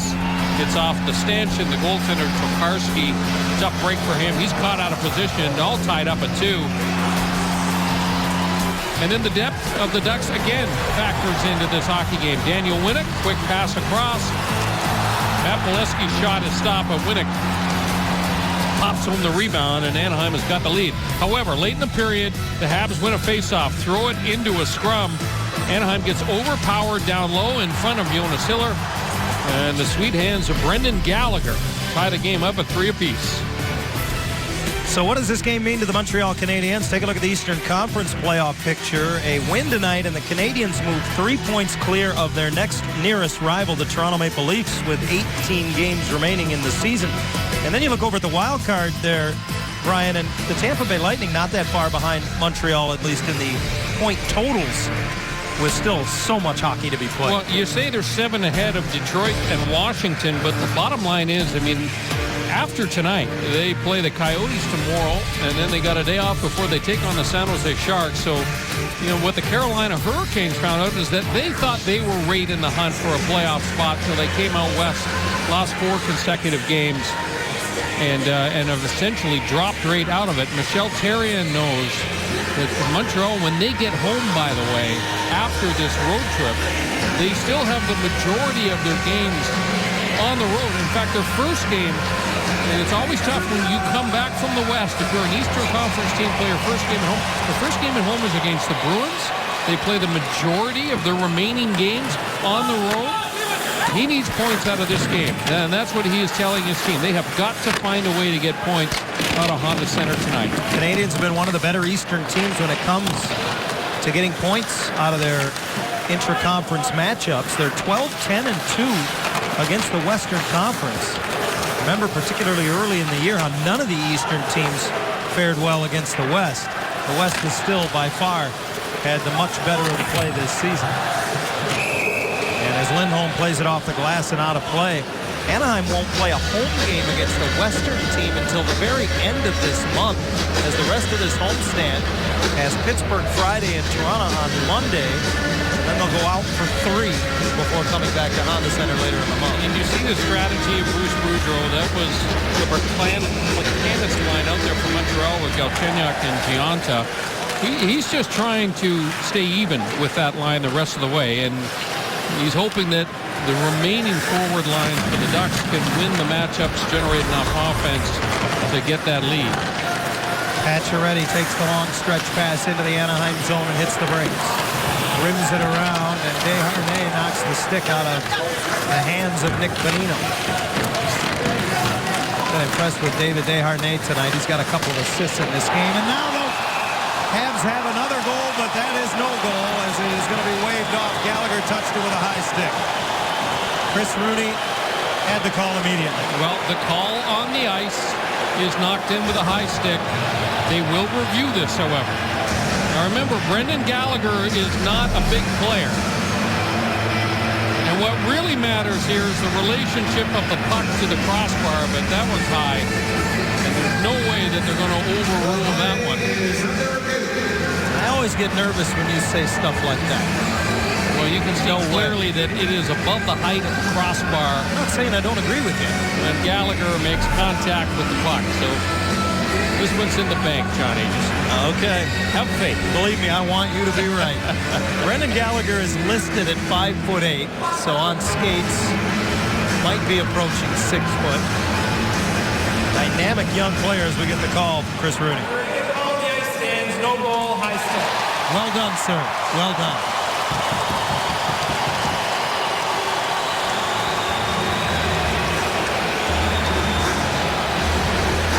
Just a minute 6 into this, the third period. This has been the Canadiens' best line of late, excuse me, Brian, with Desharnais, Gallagher, and Pacioretty, and they've been very good tonight. The Canadiens essentially are a two-line team when it comes to generating offense. Not much of an argument put up by Mr. Gallagher. 21-year-old native from Edmonton. They consider they got some of their best skill on this team is so young. Galchenyuk just turned 20. Gallagher's 21. The future's very bright for a Canadiens team that's already having a good season. As Palmieri had to reach behind him to get that pass, and Tokarski makes the stop. 30th save of the night for Dustin Tokarski. Originally a draft pick of the Tampa Bay Lightning back in 2008. Lindholm knifes it away as he reaches out to poke it free, and Palmieri at the end of a shift able to get it as far as the Montreal blue line. Getzlaf knocks it away, and then Palmieri trying to follow up. He gets the puck away from Tenorti and sends it around. Perry will pursue it. He and Douglas Murray tangle. That's happened a few times before. Beauchemin all the way to the near side, throws it to the front of the net. Didn't have a lot on it, and that gave Murray time to recover and block it. Daniel Briere bounces around after lifting it into the Anaheim zone. Beauchemin hits the brakes in behind the Anaheim goal. Francois has one of the 3 Anaheim goals tonight as he leads it up the left side. And it's swept in behind the goal by Lucas Sbisa. A good play by the goaltender, Tokarski, to get that puck up on the glass whenever he's handling it. Big hit as Bourque leans into Brian Allen. Emlin plays it back to the point. Weiss covering the point, can't get it through Fisker. Emlin back at his usual spot. Around the boards off the stick of Briere. Weiss is there, tries to bring it to the other side of the Anaheim goal, but Sbisa denies that. Comes to the front of the net, and Jackman just plays the body on Briere. It's picked up by Winnick. And he moves it to the right boards and into the Montreal zone. Tries to jump around Markov. Weiss steps in front of him. They get tied up with one another, and now Emlin just hands on it, and Cogliano able to apply pressure. Emlin at times has had trouble handling the puck, and the Ducks have targeted him. Veteran of the KHL, 27 years old, so he's got a lot of experience playing professionally, but most of that has happened over in the Continental Hockey League. Loose puck in the neutral zone that Bolesky picks up. Brian White leaning on him as he goes crashing into the corner, trying to get it away from Josh Georges. Lovejoy pinches to keep it in. Bolesky behind the net in front for Koivu. And Georges recovered to break that up. Another thing that the Ducks have started to do against this young goaltender, Tokarski. Remember, when you play a guy making his Montreal Canadiens debut with only 2 other games of NHL experience, you don't really have a book on it. You don't know what to expect. It looks to me like they're starting to figure him out. I mean, they're starting to throw pucks into his feet from behind the goal line. Pacioretty coughed it up momentarily but gets it back. And then Lindholm gets enough of him as he carries into the zone. The 50-50 puck behind the net, reaching to poke it free was Francois Beauchemin. Gallagher out of the corner. And all over him was Lindholm to work the puck loose. Silverberg gets it into the Montreal zone. Maroon will pursue it. He lost his stick trying to reach around Douglas Murray. Canadians the other way. Pacioretty into the middle of the ice. It's Desharnais. Taken away by Fowler. Nifty play, and he angles it off the boards. Palmieri's got space into the Canadian zone. Trying to lean in as he felt the pressure from Tenorti, and he lost an edge. Getzlaf can't get it back off the boards, and now Palmieri on the back check. Silverberg battles it away from Pacioretty. 5 minutes gone, third period. Ducks and Canadians tied at 3. Both teams have led at one point in this hockey game. Here's Perry in the pass off his skate, just a touch behind him. As Winnick just missed, icing the call as the Canadians clear the hard way. Well, not too long from now, it'll be Fan Appreciation Night here at Honda Center, and amongst things that will be given away, a 2014 Honda Odyssey. You can enter to win right now. Go to AnaheimDucks.com/Honda Odyssey to enter. You must be 18 years of age to be eligible. There's that pass by Daniel Winnick just behind the left foot of Corey Perry. You can see how Perry kind of angles that skate, tries to get the puck to advance forward. That one unfortunately goes off the heel of the skate and stays in behind him. Canadians into the Anaheim zone. It's Gianta forced wide, centers it back. That is knocked out of harm's way. And Francois Beauchemin. He was talking to us this morning, was Francois, talking about how good his knee feels. And it's the best it has felt since he had the procedure in the offseason last season. And it shows in his ice time and his play. Yeah, the issue was for Francois, it was not so much the surgery itself, it was the tendinitis that he was suffering from. And he tried to come back and play, and he was early. And you often hear that about players that have the ACL surgery. It's not the actual ligament that was worked on that creates the issue. It's the whole leg adjusting to the surgery and the resulting tendinitis. Now it's Rennie Bourque into the Anaheim zone. Can't get around Fister, who forces him behind the net. Bourque gets it back in his pass to the line, just off the stick of Subban out center ice. PK Subban retreats into his own zone with it. And Bourque just steers it in as he stood up at the blue line. Boy, there's going to be a penalty for interference here. Oh, boy. That's a tough call. I mean... Brian Allen will go. Yeah.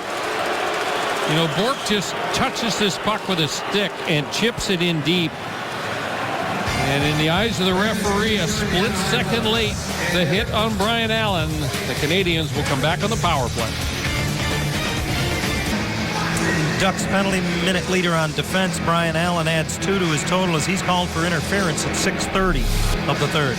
Well, the hit just a split second late. I mean, when there's that separation of about 10, 15 feet, and Bourque doesn't handle the puck.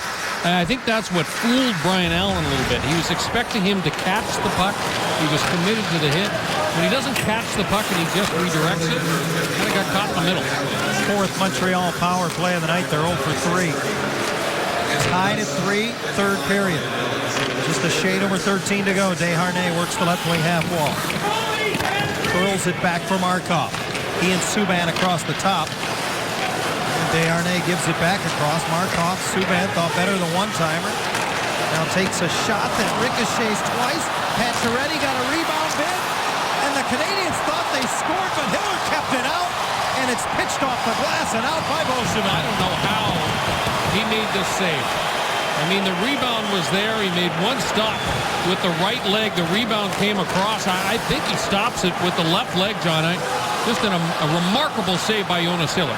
Ducks have been pressuring the points here in the early going on this Montreal power play. It still has a minute remaining. Cogliano can't clear past Markov.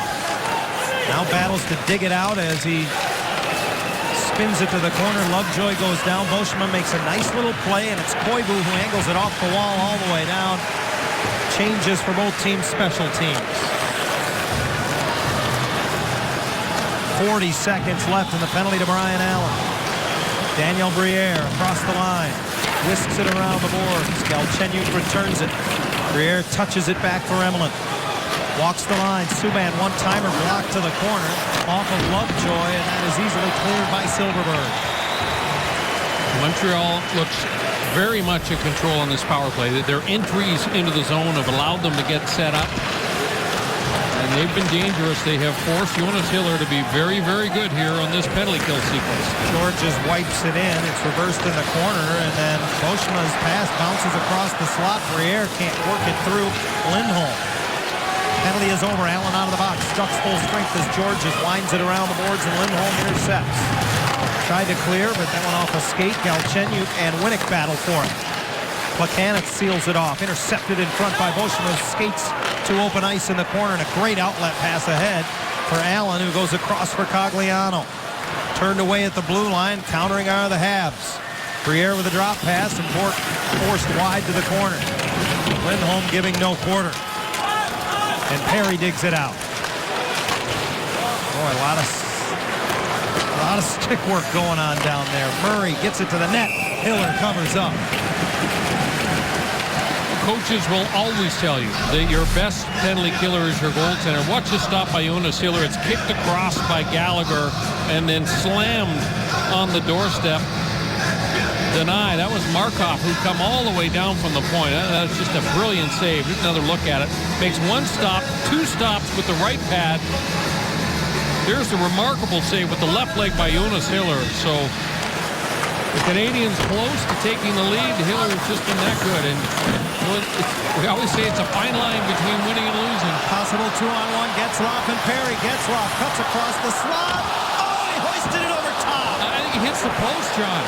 Hit the goaltender down on his wallet. Had an open net to shoot at. He gets it back. He finds Perry. He fires wide.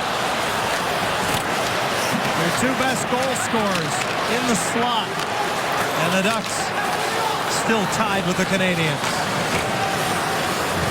So both teams living right. Hiller with some wonderful saves at one end and some near misses for the Ducks at the other, as Perry trying to get inside on Jared Tenorti to no avail. Now they're starting to let him play. Behind the net, Maroon in front looking for Bonino, denied by Tenorti. Kept it alive, but Gianta steps inside on Bonino. Maroon gets it to the point. Fowler walks the line, fakes the shot, hands it off for Lovejoy. He let it go. Bad save as it's kicked away by Tokarski's right leg. Kept in by Fowler. And the Ducks keep the pressure on. A tired group from Montreal in the defensive zone, and Plekanec's finally able to skate it to daylight. Lovejoy pressured by Travis Moe, reverses it away from his forechecking pressure. Maroon throws it ahead, and it goes right through Cogliano. He follows up in the Montreal zone as Desharnais comes back. Just past the halfway mark of the third period, still tied at 3 in Honda Center. Puck lofted to the Anaheim line and swatted out of midair by Bolesky. Careful with it was Lindholm as he hinges it back for Francois Beauchemin. Pass through the middle is off the stick of Koivu and deep into the Montreal zone. Cogliano got there first. Centers!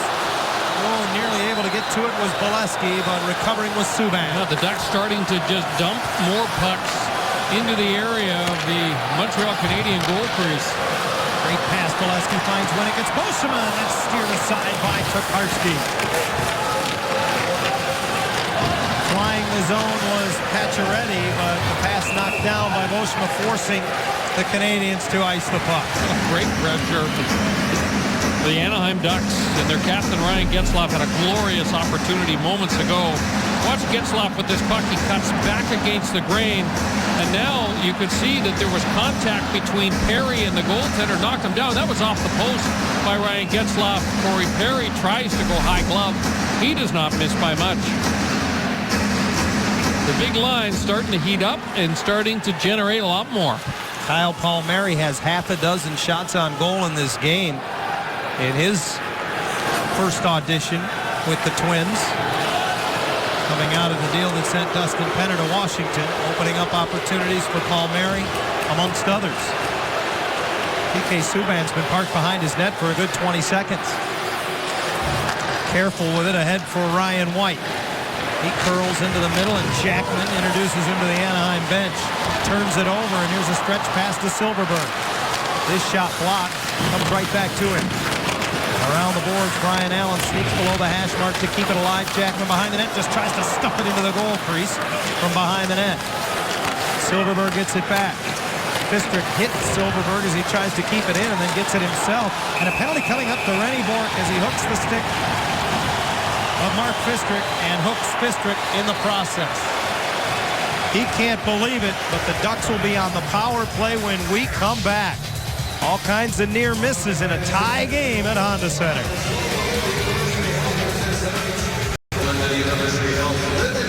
Tied are the Habs and Ducks, and time for our save of the game is brought to you by Chamberlain. I would say this might be saves of the game by Jonas Hiller. Yeah, you're right about that.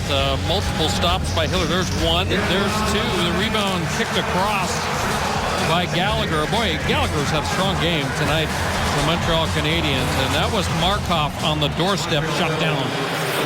Anaheim 1 of 5 on the power play tonight. A little miscommunication between Bonino and Getzlaf enables the Canadiens to clear. 7:25 to play in the game, tied at 3 as Fowler brings it to center. He'll wrap it around, and there's Tokarski staying put once more. Bonino tries to drop it back to the point. Didn't have enough on it to reach Getzlaf, however, and Plekanec ices.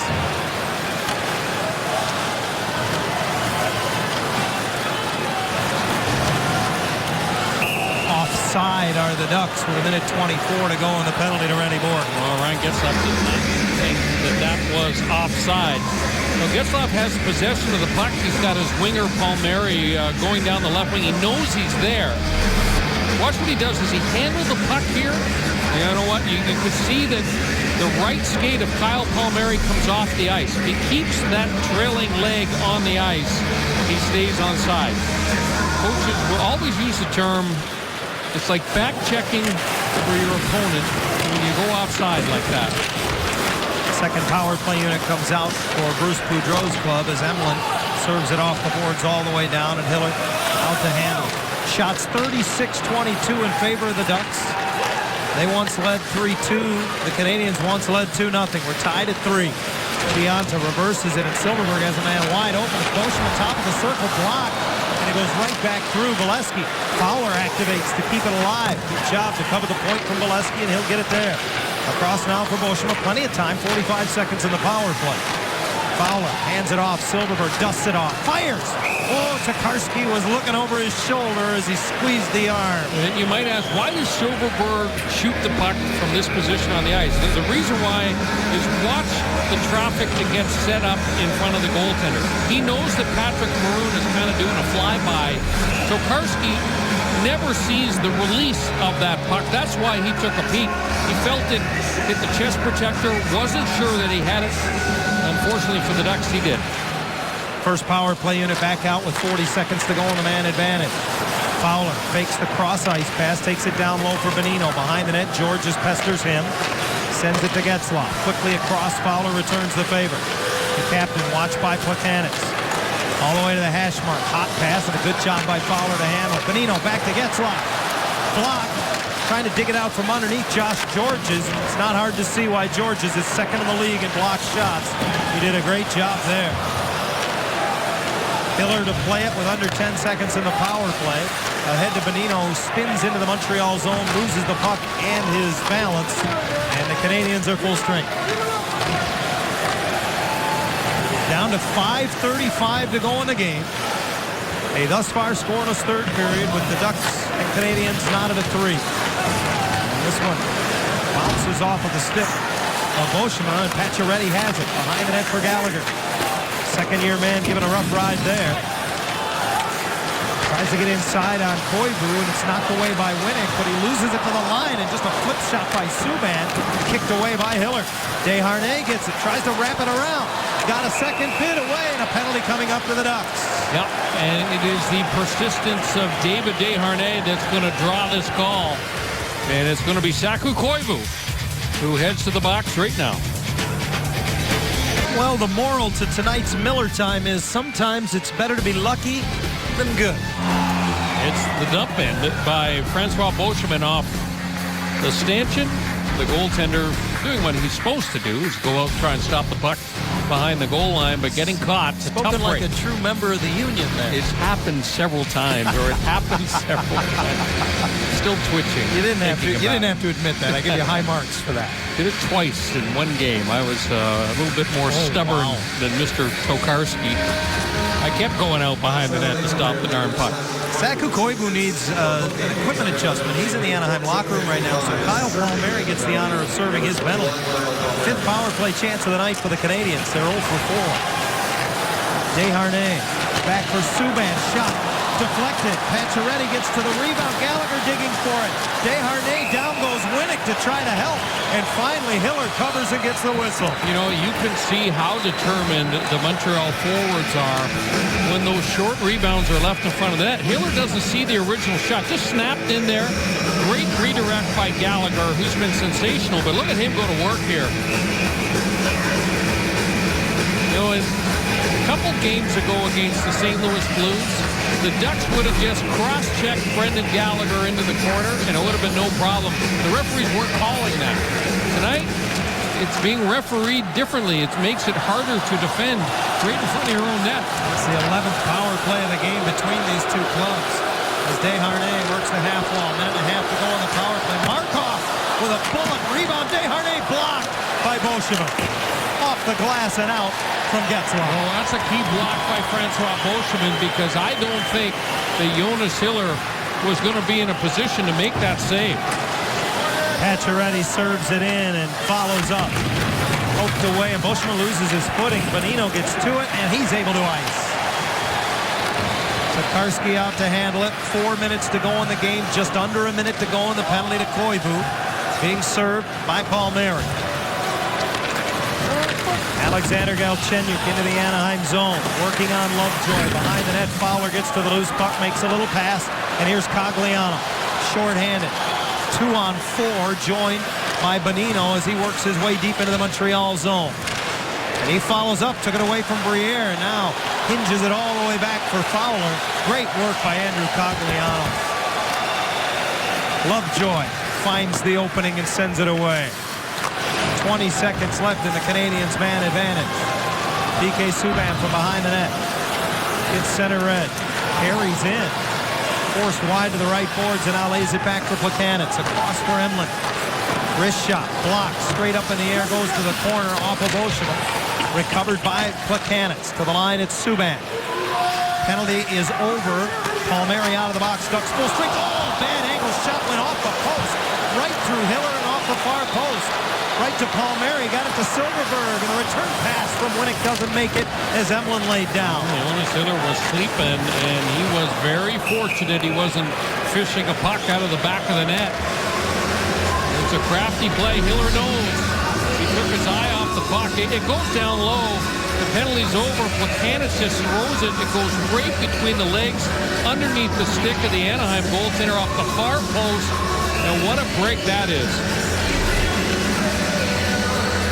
Face off to the right of Dustin Tokarski. The 24-year-old making his Montreal debut tonight, credited with 34 saves to this point. And a win for Ryan White on the draw. Murray puts it on the backhand and lobs it to center ice. Chopped away. Getzlaf can't get it back. Ryan White rifles it off the stick of Gianta deep into the Anaheim zone. Fistrick wins the puck battle around the boards, and Palmieri unable to get it out. And a good job to follow up and clear by Brian Allen. The Ducks unable to get that first pass out of the zone. Perry takes it away from White, strides in, gives it to Getzlaf, to the net, and it's held by Tokarski. Getzlaf just kind of floats this in there. He knows that Palmieri's going to the front of the net. He's hoping that he can get a tip on this puck. Smart play by the captain. Watch him just kind of softly throw it towards the net. Palmieri couldn't quite get a touch on it, which allowed Tokarski to handle the rebound. 2:12 to go in the game. And a critical face-off again to the right of Tokarski. Plekanec wins the draw from his former teammate, Saku Koivu. Valesky hits Travis Moll. Puck comes back to Moll. Another former member of the 2007 Stanley Cup team here in Anaheim. Moll trying to dig it free along the wall. Gionta gets it out of the skates of Koivu. Andrei Markov gives it back to Gionta, hard around. Hiller will stick put. Lindholm gets a stick on it, Moan all over him. He got it ahead to Cogliano, and the Canadians had to be careful not to play that. They could have had too many men on the ice. I mean, they got fortunate. It actually hit the linesman in the skate. That was a break. Down to a minute 25 in regulation. Canadians bring it in, pass saved by Hiller. Fat rebound, hops the stick of Pacioretty. Oh boy. Valesky shoved into the corner boards after he had lobbed the puck back into the corner, and now he gets it into the Montreal zone. Tries to lay it back, but the pass will vacate the zone. Maroon gets to it as it's wrapped around back into the Montreal zone. Under a minute to play in the game. Patrick Maroon looks to the line, instead down low for Bonino. Bonino curls off, and Subban leans into him. Desharnais picks it up. David Desharnais banks it into the Anaheim zone. Gets away from Fowler. The Canadians go for a change with only 40 seconds remaining. Silverberg, full speed through center ice. Wide on the right side. In behind the net, trying to get away from Markov. Angles it back to the point. Bushman with a one-timer, gobbled up by Tokarski, with a battle going on to his right. And no traffic on the shot. Excuse me. Good wheels by Jakob Silverberg as he gets into the offensive zone, gets it back to Boschman. No problem for Tokarski. You can see that Getzlaf a little swipe at that puck, but I really thought that Andrei Markov did a good job of boxing Getzlaf out. 31.2 seconds left. And again, the draw to the right of Tokarski. Getzlaf beaten by Ryan White, and it's quickly rimmed around. Plekanec gets a touch on it. And it deflects back into the Anaheim zone. That hit the linesman Mark Wheeler and went right to Fowler. So it's good for the Gooses, good for the Gander. Boschman rims it around and in. Perry can't get to it. Gionta didn't clear past Fowler. He just tries to get it to the net, blocked by Markov. Under 10 seconds to go. Three abreast. Back come the Canadians. Travis Moll filters it in front, and a great save on Gionta by Hiller. 3.4 seconds is all that was left. Huge stop by the Anaheim netminder. Brian Gionta's a little guy, low center of gravity. Travis Moll makes a nice play, just throws it into an area, and Gionta wins the race with Cam Fowler. Hiller takes that one off the midsection, squeezes those arms into the body, and as our former goaltending coach Francois Allaire used to say, builds the wall in front of Gionta. Final seconds of the period. Whittle away off the face-off to the right of Hiller, and a seesaw battle will now see bonus hockey as we go to overtime, tied at 3. Yeah, Tokarski, the youngster, has been good. The Ducks have fired 39 pucks on net tonight. And if not for that bounce by Francois Boschman, might not be heading to overtime. This has been a game with a lot of penalties, a lot of special teams play. Very entertaining hockey game, and both goaltenders have been sensational despite the fact we've seen 6 goals tonight. It has been over 2 months since the Ducks went to overtime. It was back on January the 5th in this building against the Vancouver Canucks, the buzzer beater by Corey Perry. Yeah, and if you're picking the players that you expect to get this one solved in overtime, that guy's always a pretty good pick. He leads the league in game-winning goals. That one came with under 2 seconds left in overtime.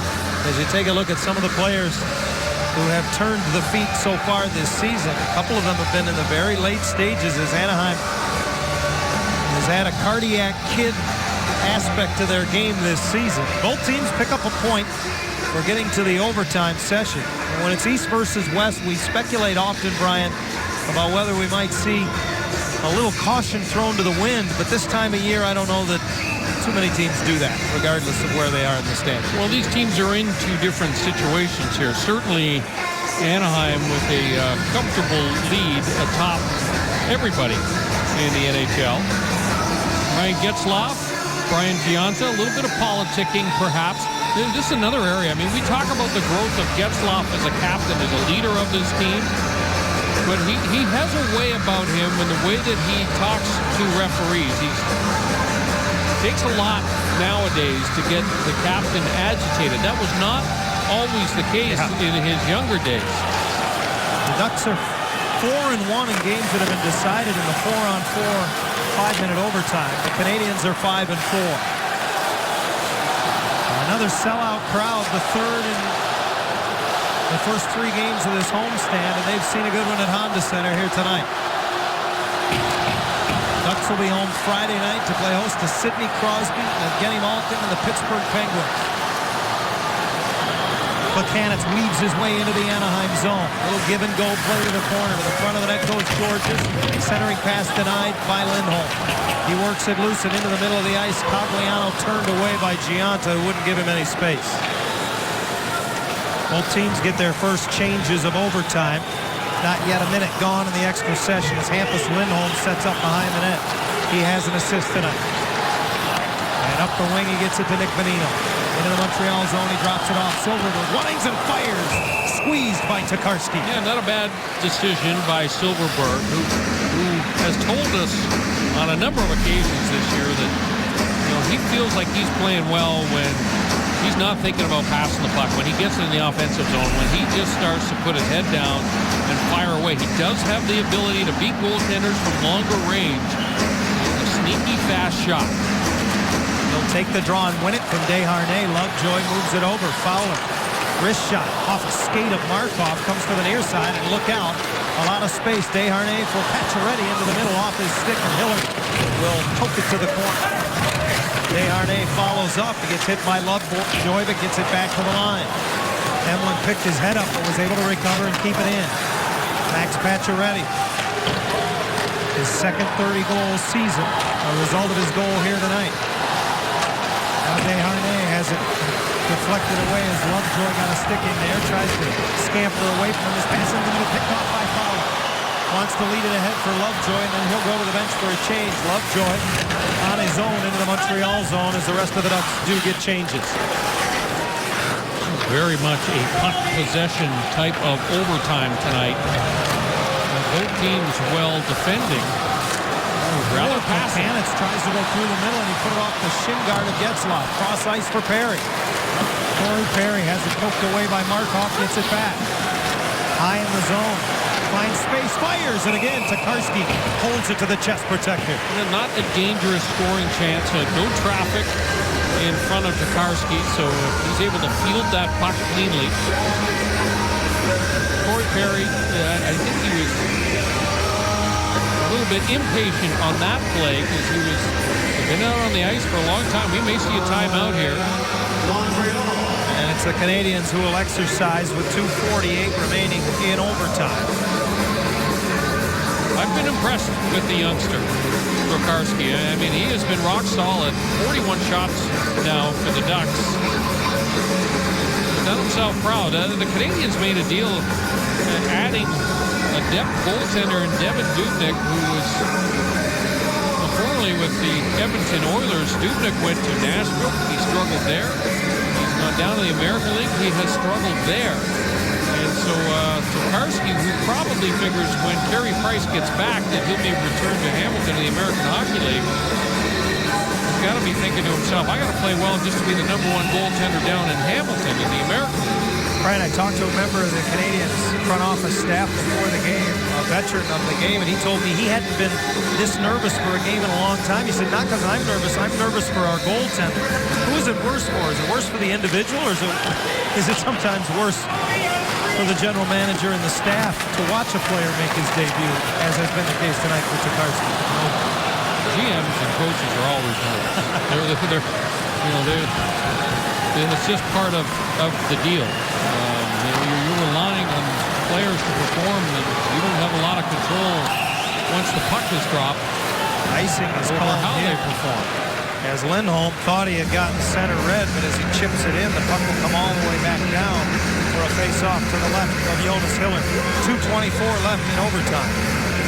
But I did mention, I did speak with Tokarski this morning, and you could just see in his face. I mean, he was very nervous. I mean, maybe that is just his game day. Goaltenders have different game day demeanors. Jonas Hiller very relaxed on mornings of games, but I would say the majority of the goaltending fraternity is not. A lot of guys, they don't want anyone to talk to them if they're playing that night. And Tokarski just recalled from Hamilton a week ago. Ducks turn it over, and Hiller forced to make a save. And now he'll cover it up.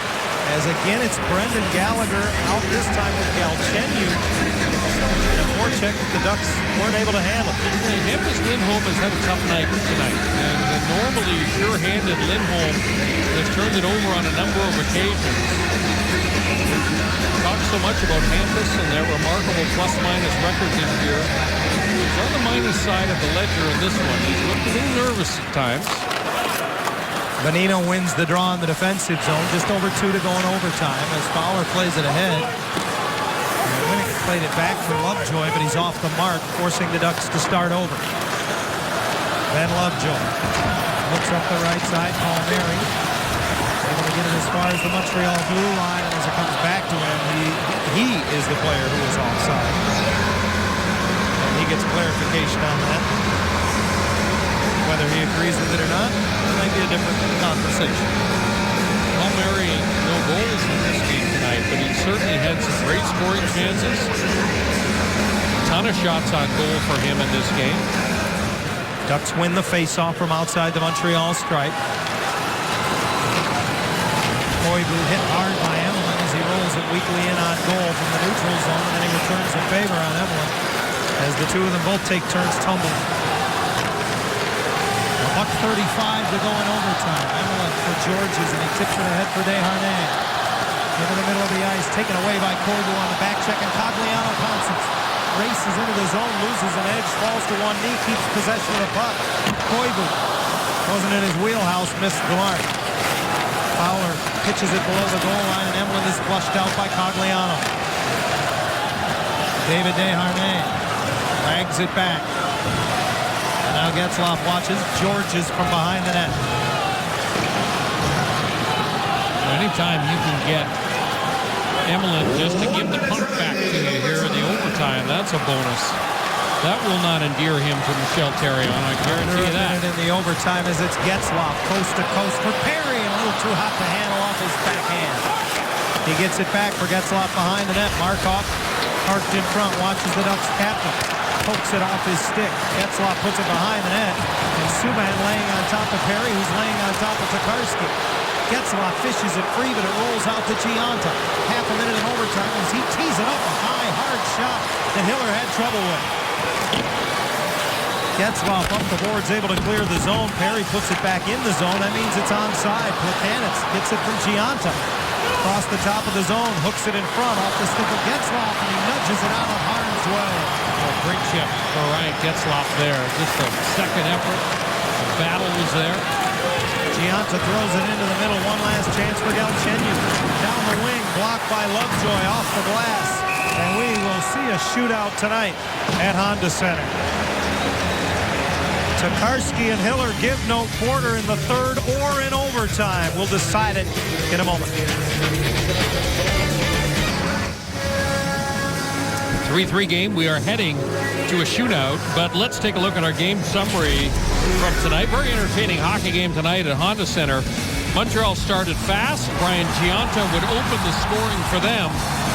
The lead would be extended. Desharnais, what a pass this was to Max Pacioretty. No chance for Jonas Hiller. 2-0 Habs.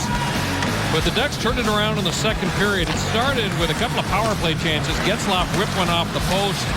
And the Ducks were just relentless from that point. Tim Jackman with a redirect right on the doorstep, got Anaheim on the board. They got a huge, huge break when this dump in by Francois Beauchemin went off of the stanchion into the wide open net. Ducks tied it up at 2. They would actually take the lead on this one. Great rush up ice.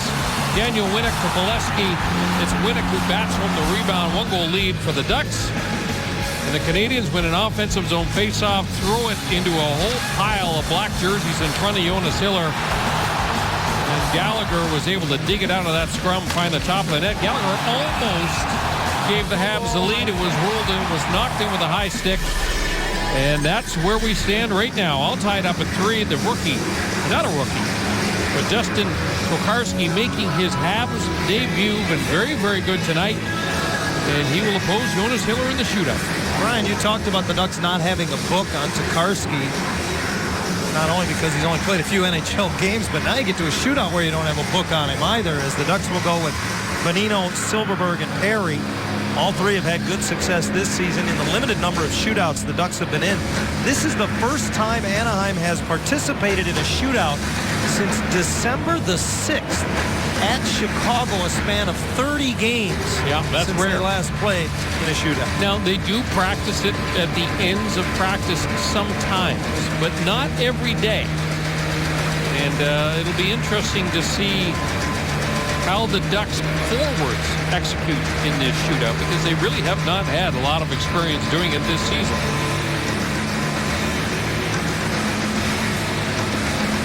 Well, last time the Ducks were in a shootout here at Honda Center was just a game before that, when they went up against Martin Jones of the Los Angeles Kings, another goaltender they didn't have a book on.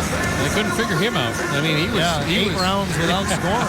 He was absolutely sensational. Getting the extra point for the LA Kings that night. Great work by our stat guru, Brian Hagan, coming up with those notes for us. So both teams have a point. Dustin Tokarski, obviously, seeing this as a huge opportunity in his debut for his Montreal Canadiens, a chance to get 2 on the road tonight. While the Ducks look to extend a win streak, they have won 2 straight since the Olympic break and 3 in a row, all told. That look of the coaching staff kind of says it all. You were just talking about that earlier. Coaches always worry. There's a lot of angst. Yeah, that picture said 1,000 words. Bob Woods on the left-hand side of your screen, and they're pacing Bruce Boudreau behind the Anaheim goal. The goaltender scraping up the crease. The reason they do that is so they don't, when they go to slide, that they don't slide too quickly and slide right past the play or right past the puck in this circumstance. Bonino, great numbers in the shootout, not only this season, but in his NHL experience, a 50% option. And he'll be the first Duck shooter. Likes the deep. Left-hand shot, approaches, Tokarski comes out of his crease. Score. That's a deep. It's so hard for goaltenders not to bite and make the first move. I mean, you look at the number of moves that Nick Bonino just threw on the youngster Tokarski. He tried to hang in there. He could not get a push off the left skate. He did get a piece of the right pad on it, just not enough. So here's the youngster, 20-year-old Alex Galchenyuk. Left-hand shot, right up the middle on Hiller. And he skates him to the far post and into the end boards.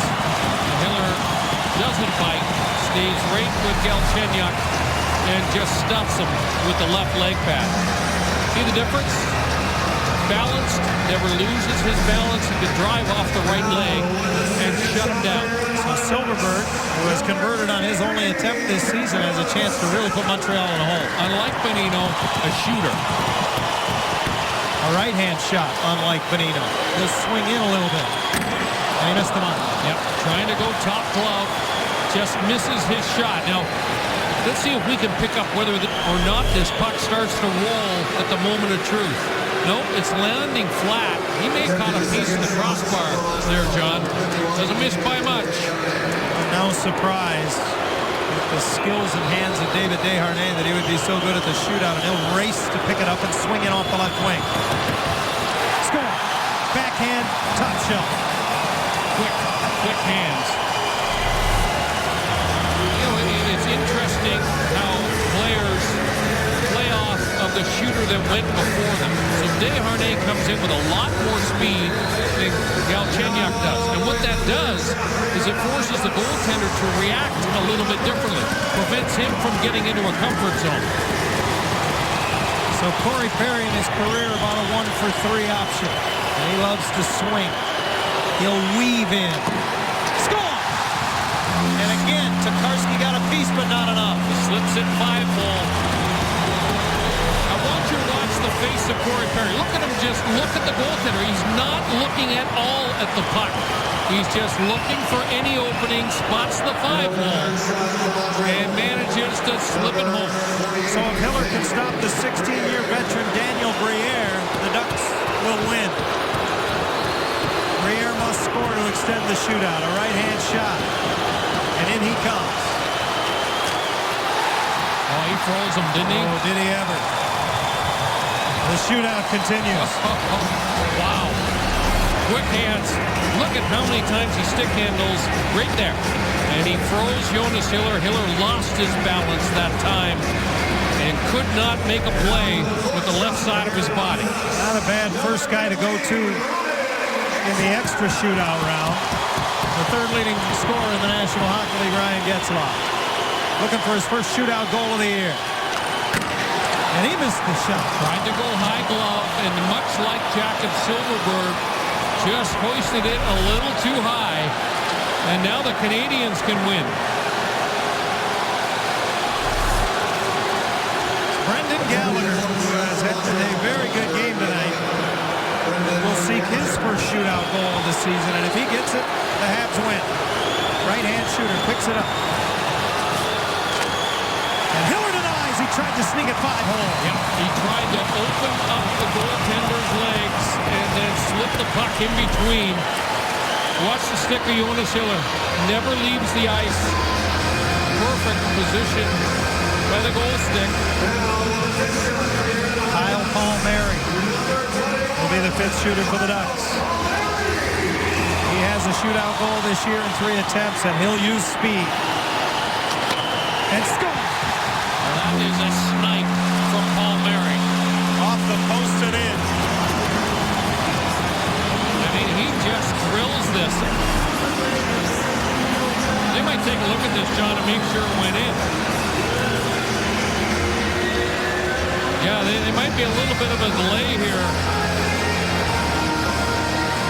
Kyle Palmieri rips it. The definitive look in this situation is always the overhead. Here it is. Here's the shot. Off the inside of the post. Bounces. Boy, I'd like to see that one more time. I don't know if it ever crossed the goal line. It went post to post. Tokarski, the way he sweeps it out in disgust. He thinks it's in. Thinks it's in. Hits the one post, comes across, hits the other post, dances along the line. I don't know. I honestly don't know, John. That might have been both posts, and then it rolls across the line. Watch the referee. Let's see if we can see his call on the ice. I thought it may have... What's his call? He's saying it's hard to tell whether he's calling goal or not. When it hit the second post and bounced down, I thought at first that it bounced onto the white paint and then trickled along the line. Let's see if we can see the referee in the far corner. What is his call here? He's trying not to get hit by Kyle Palmieri. It doesn't seem to be really any call. Well, that's the other thing that comes into play here. I mean, this will be decided by the War Room in Toronto. I mean, it's bouncing along that line. I don't know. Here it is, one post. Watch it come right across the goal line. It hits the other post, and now it bounces along the line. It's very difficult to see. Now, remember, there's a camera inside that net that we don't have access to. That they'll be able to see whether or not that puck is clearly across the line. From that angle, I thought it was in. Right there. That angle looked to me like that puck was in the net. And I think from the look on Kyle Palmieri's face, he doesn't know either. This angle right here, after it hits the post, looks to me, you can see white paper. Remember, the whole puck has to be across the goal line if you were looking straight down on the goal line. Our overhead angle is not directly down, looking down on the puck. So looks of consternation all the way around. And this is a situation, as you watch Mike Hasenfratz await the call from the war room in Toronto, where, quite frankly, I don't know if you, without video replay, if there's any way to tell, because we had a couple different camera angles. I couldn't tell, Brian, could you, whether the referee made a call, whether it was goal or whether he waved it as no goal? I think the referee was blocked out. I think the referee was blocked out by Kyle Palmieri, and he's leaving this decision. Well, Hasenfratz was in the near corner. Rooney was the one who was blocked out as Palmieri skated past him. And at first I thought he was making a motion either to call goal or no goal, but I think he was just trying not to get hit by Kyle Palmieri. And we'll listen. After video review, the puck hit one post, went hit the other post, never did cross the line, no goal.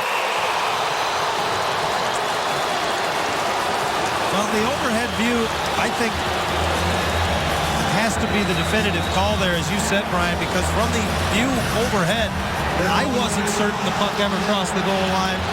So now the shootout continues, and Plekanec can win it, but he picks the puck up too soon, and they'll start over.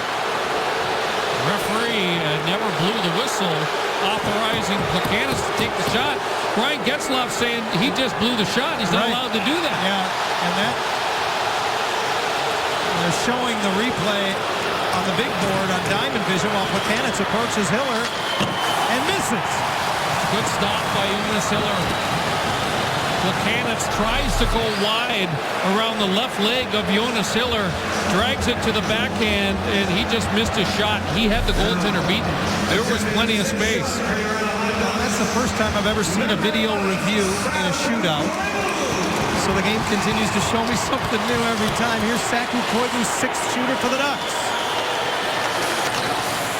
And Tokarski gets the right pad on it. Yeah, it was a similar type move to that Nick Bonino had success with. Koivu goes back to the forehand. And that time, Tokarski stays with him. So again, it's on Jonas Hiller to stop, this time, Andrei Markov. And a rare shootout attempt for him. To continue. If Markov scores, the Habs win. And he comes, and he scores! Oh, it's a game of inches, isn't it? It certainly is. I mean, Kyle Palmieri, everyone in attendance here at Honda Center, we at first thought that Palmieri had scored, John, but it was not to be. And the Canadiens will win in a shootout tonight by a final of 4-3 by virtue of Andrei Markov's shootout goal, pardon me. And he's 5-hole. And he just fakes like he's going to go to the corner. His intention all along, 5-hole goal. Scored against Jonas Hiller, and the Montreal Canadiens secure the extra point. Justin Tokarski with the victory tonight at Honda Center against the league's best team. A 39-save performance in just his 6th NHL appearance and his first as a Montreal Canadian. Tokarski and the Habs jumped out to a 2-0 lead. The Ducks led 3-2. Our final 4-3 in a shootout. Ducks Live is next.